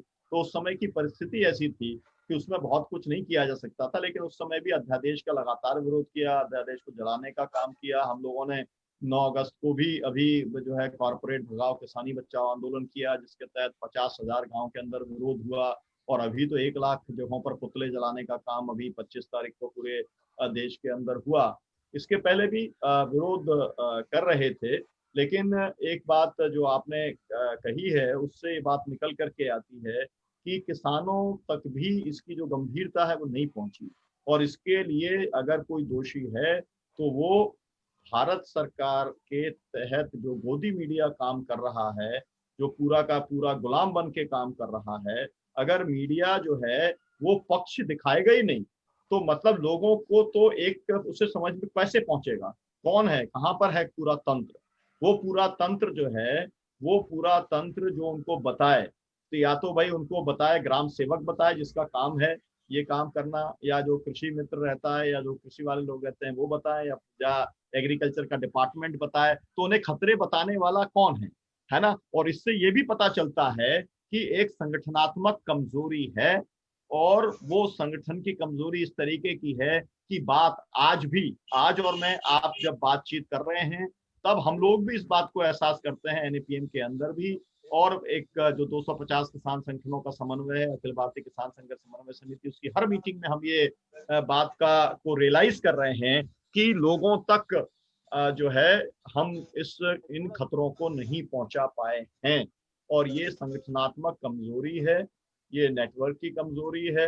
अब डिजिटल उसमें कितना पहुंच पाता है, क्योंकि हमारे को तो ये बताते हैं जो डिजिटल जानकार लोग हैं, डॉक्टर सुनीलम, आपका जो है 3-3, 4-4 अकाउंट है, उसमें बताते हैं कि 500 आपके 5,000 सब्सक्राइबर, 5,000 फॉलोअर, लेकिन उसमें जो है दिखलाई केवल 50 लोगों को पड़ता है। ये फेसबुक ने आपका इंतजाम किया हुआ है ना। तो ये तो पूरा का पूरा अगर एक पूरा देश जो है माफिया के उसमें चला जाए तो फिर आपको काफी ठीक है। मुश्किल है। दूसरा सवाल ये है कि नॉर्थ में तो तगड़ा विरोध है, आपने उसका विवरण भी दिया। अब चुनाव ईस्ट में होने वाले हैं, बिहार और बंगाल में। साउथ की क्या स्थिति है? पश्चिम में हम जानते हैं क्या? तो ये देश भर में एकदम अभ्यास वर्ग है, ये सही जवाब चाहिए, पॉलिटिकल जवाब नहीं, कि क्या लगता है कि इसके विरोध में किसानों का जो है जागर अभी वो आप कितना जी तीव्र हो? मंगो जी, आपको तो मुझसे ज्यादा ही जानकारी रहती है, तो आपको मालूम है, मैंने बताया भी कि किस तारीख को जो है वहाँ कर्नाटक के किसानों ने किया, 28 तारीख को वहाँ पर बंद किया। तो वहाँ पर भी किसान इस गंभीरता को समझ रहे हैं और वहाँ के सभी किसान संगठन मैदान में उतरे हैं। इसके पहले हम लोगों ने जब कॉल दिया था, उसके बहुत पहले 27 तारीख को वहां पर तमिलनाडु के 5 लाख किसानों ने इन अध्यादेशों के खिलाफ में काले झंडे दिखाने का काम वहां पर किया था। उसके अंदर जो है बालाकृष्ण जी हैं, उन्होंने वहां पर 60 संगठन है जो हमारे साथ जुड़े हैं किसान संघर्ष समन्वय समिति के साथ में, उन लोगों ने कार्यक्रम किया था। और बिहार की जो स्थिति है, बिहार तो अपने आप में इसका उदाहरण ही है। एपीएमसी वहां पर 1976 में खत्म कर दी गई, और इसीलिए धान का जो रेट, आपको ये ध्यान से सुनना चाहिए लोगों को, जो भी साथी बचे हुए हैं, जो 16 साथी हैं उनको ध्यान से सुनना चाहिए कि 2800 के अंदर धान जाती है केरल के अंदर, क्योंकि वहां की सरकार खरीद करती है ना। 2600 की धान जाती है जो है दिल्ली के अंदर, है ना। और जो बिहार में धान जाती है वो 1400 रुपए क्विंटल की जा रही है। आज की तारीख की बात आपको कर रहा हूँ मैं, आधे का रेट है। ये समझ लीजिए कि क्या होने वाला है। मतलब पूरे देश को बिहार बना देगी ये भारतीय जनता पार्टी की, मोदी की सरकार। ये बात लोगों को जितने जल्दी समझ में आए वो अच्छा है, और जितनी देर में समझ आएगी मतलब तो लोगों की आत्महत्याएं बढ़ने ही वाली हैं, लोगों का हिंसा बढ़ने ही वाली है, जो भी कुछ लॉ एंड ऑर्डर की स्थिति एकदम हाथ से बाहर जाने ही वाली है। जो कुछ आप सब देख रहे हैं ये सब बेरोजगारी के साथ जुड़ी हुई सब समस्या है।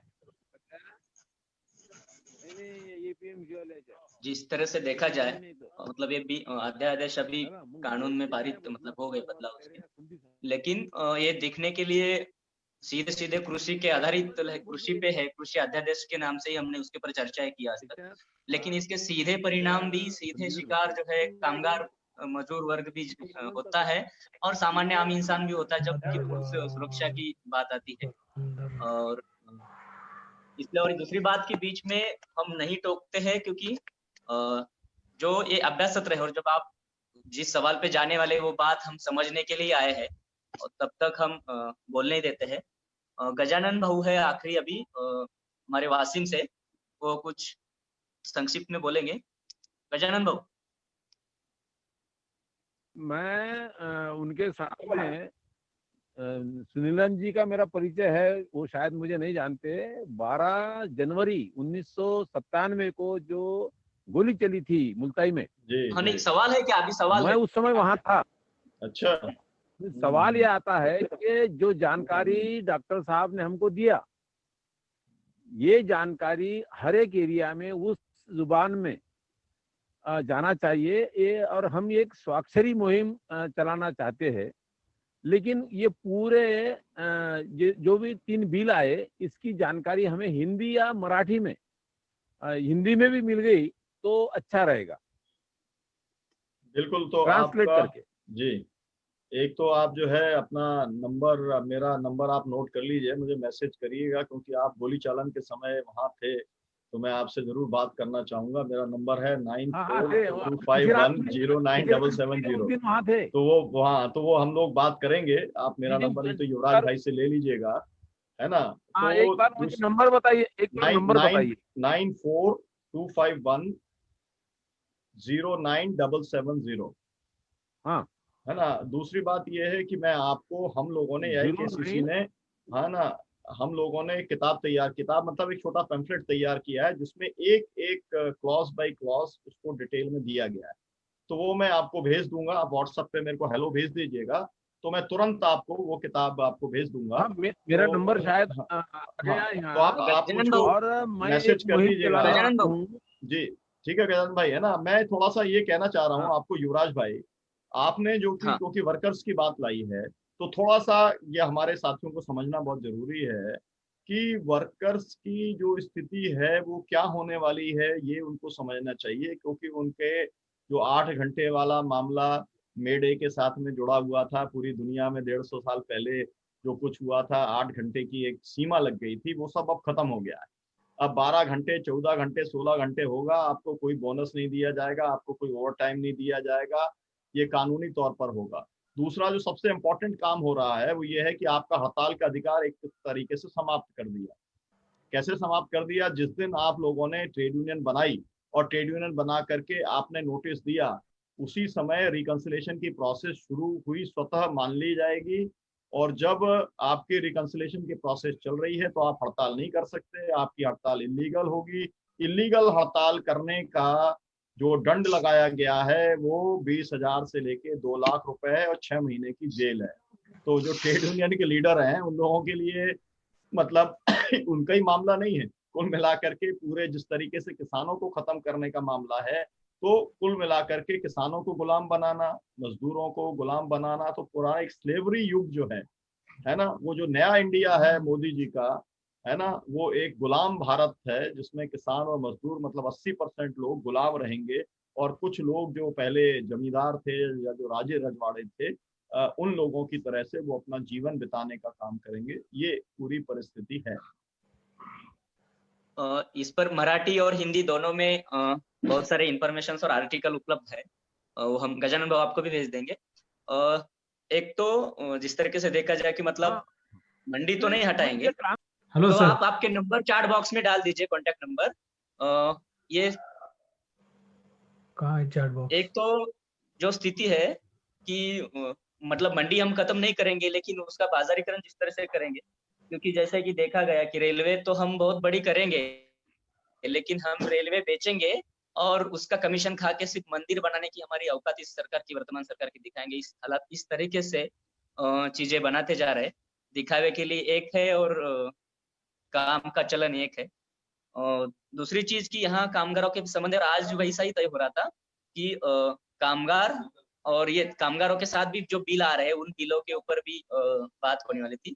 लेकिन मैं सबको सूचित करना चाहता हूँ कि 5 तारीख को 7 से 9 कामगारों के साथ जो भी नए अध्यादेश और जो स्थिति है उसके ऊपर भी अपना अभ्यास सत्र होगा। ये आज का अभ्यास सत्र और 5 तारीख का अभ्यास सत्र, ये दोनों अभ्यास सत्र वर्तमान स्थिति में तात्कालिक विषयों को लेकर अधिक के हमने लिए गए अभ्यास सत्र है, जो कि अत्यावश्यक लगे। एनएपीएम की भूमिका जाहिर है, हम इस पे काम देश भर के लेवल पे तो कर रहे हैं, क्योंकि देश के एनएपीएम के अंदर देश भर के किसान संगठन भी जुड़े हैं और एनएपीएम भी उसमें प्रमुख भूमिका निभाता है। 2 अक्टूबर में भी महत्वपूर्ण कार्यक्रम और देश भर का आवाज दिया है। साथ में ये जो हिंसा भी होती है अलग अलग, जैसे कि फर्जी गिरफ्तारियां हो रही है और किसान हो, मजदूर हो, जो नए कानून आ रहे हैं, उन कानूनों के लेकर 2 अक्टूबर में राष्ट्रव्यापी भूमिका एनएपीएम ले रहा है। साथ में महाराष्ट्र में भी हम कुछ ऐसी ऑनलाइन यात्रा हो या जहां जहां फिजिकल जा सके, कानूनों को समझते समझाते हुए लोगों का जो इसमें परिणाम होंगे उसमें हम कृति कार्यक्रम को लेके जाएंगे। महाराष्ट्र में जो भी साथी इसमें अपनी भूमिका निभा सकता है वो एनएपीएम महाराष्ट्र के साथियों से संपर्क करेंगे। वक्त हो रहा है, डॉक्टर साहब को 8:30 बजे तक का ही टाइम था, उन्होंने वक्त दिया।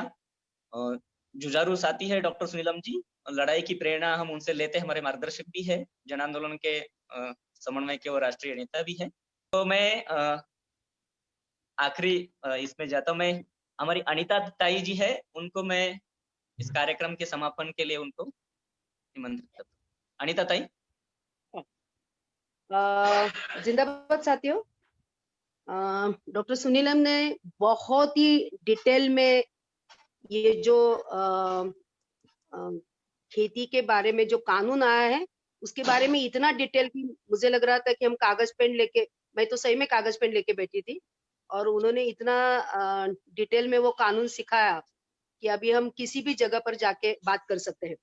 जो 4 मुद्दे मेरे ध्यान में आए जिसके ऊपर उन्होंने हाईलाइट किया, वो है कि खेती का कारपोरेटाइजेशन करने की जो सरकार की चाल है वो चाल हम समझे। फूड सिक्योरिटी अपनी धोखे में जा रही है, वो बात पहले समझ ले। अभी जो खेती करने वाले किसान हैं वो जैसे मार्केट के लिए खेती करते हैं वैसे वो खुद के जीने के लिए भी खेती करते हैं। तो जब कारपोरेट के ताबे में खेती जाएगी तो मार्केट की क्या जरूरत है उतने ही चीजों पर फोकस किया जाएगा, और जिंदगी जीने के लिए जो खेती की जाती है, घर के लिए जो खेती की जाती है वो रिवाज ही बंद हो जाएगा। तो सिर्फ फूड सिक्योरिटी का सवाल नहीं, लोगों के माने किसानों के कुटुंब के आरोग्य के बारे में भी, उनके जिंदा रहने का सवाल भी निर्माण होने वाला है। कारपोरेट जिस तरीके से खेती करेंगे उसके कारण नेचर का जो साइकिल है वो साइकिल वो भी डिस्टर्ब करने वाले हैं। तो हमें ये भी बात समझ में लानी चाहिए कि सिर्फ सवाल मंडियों का नहीं है, लेकिन नेचर का जो साइकिल है वो साइकिल भी वो डिस्टर्ब करने वाले।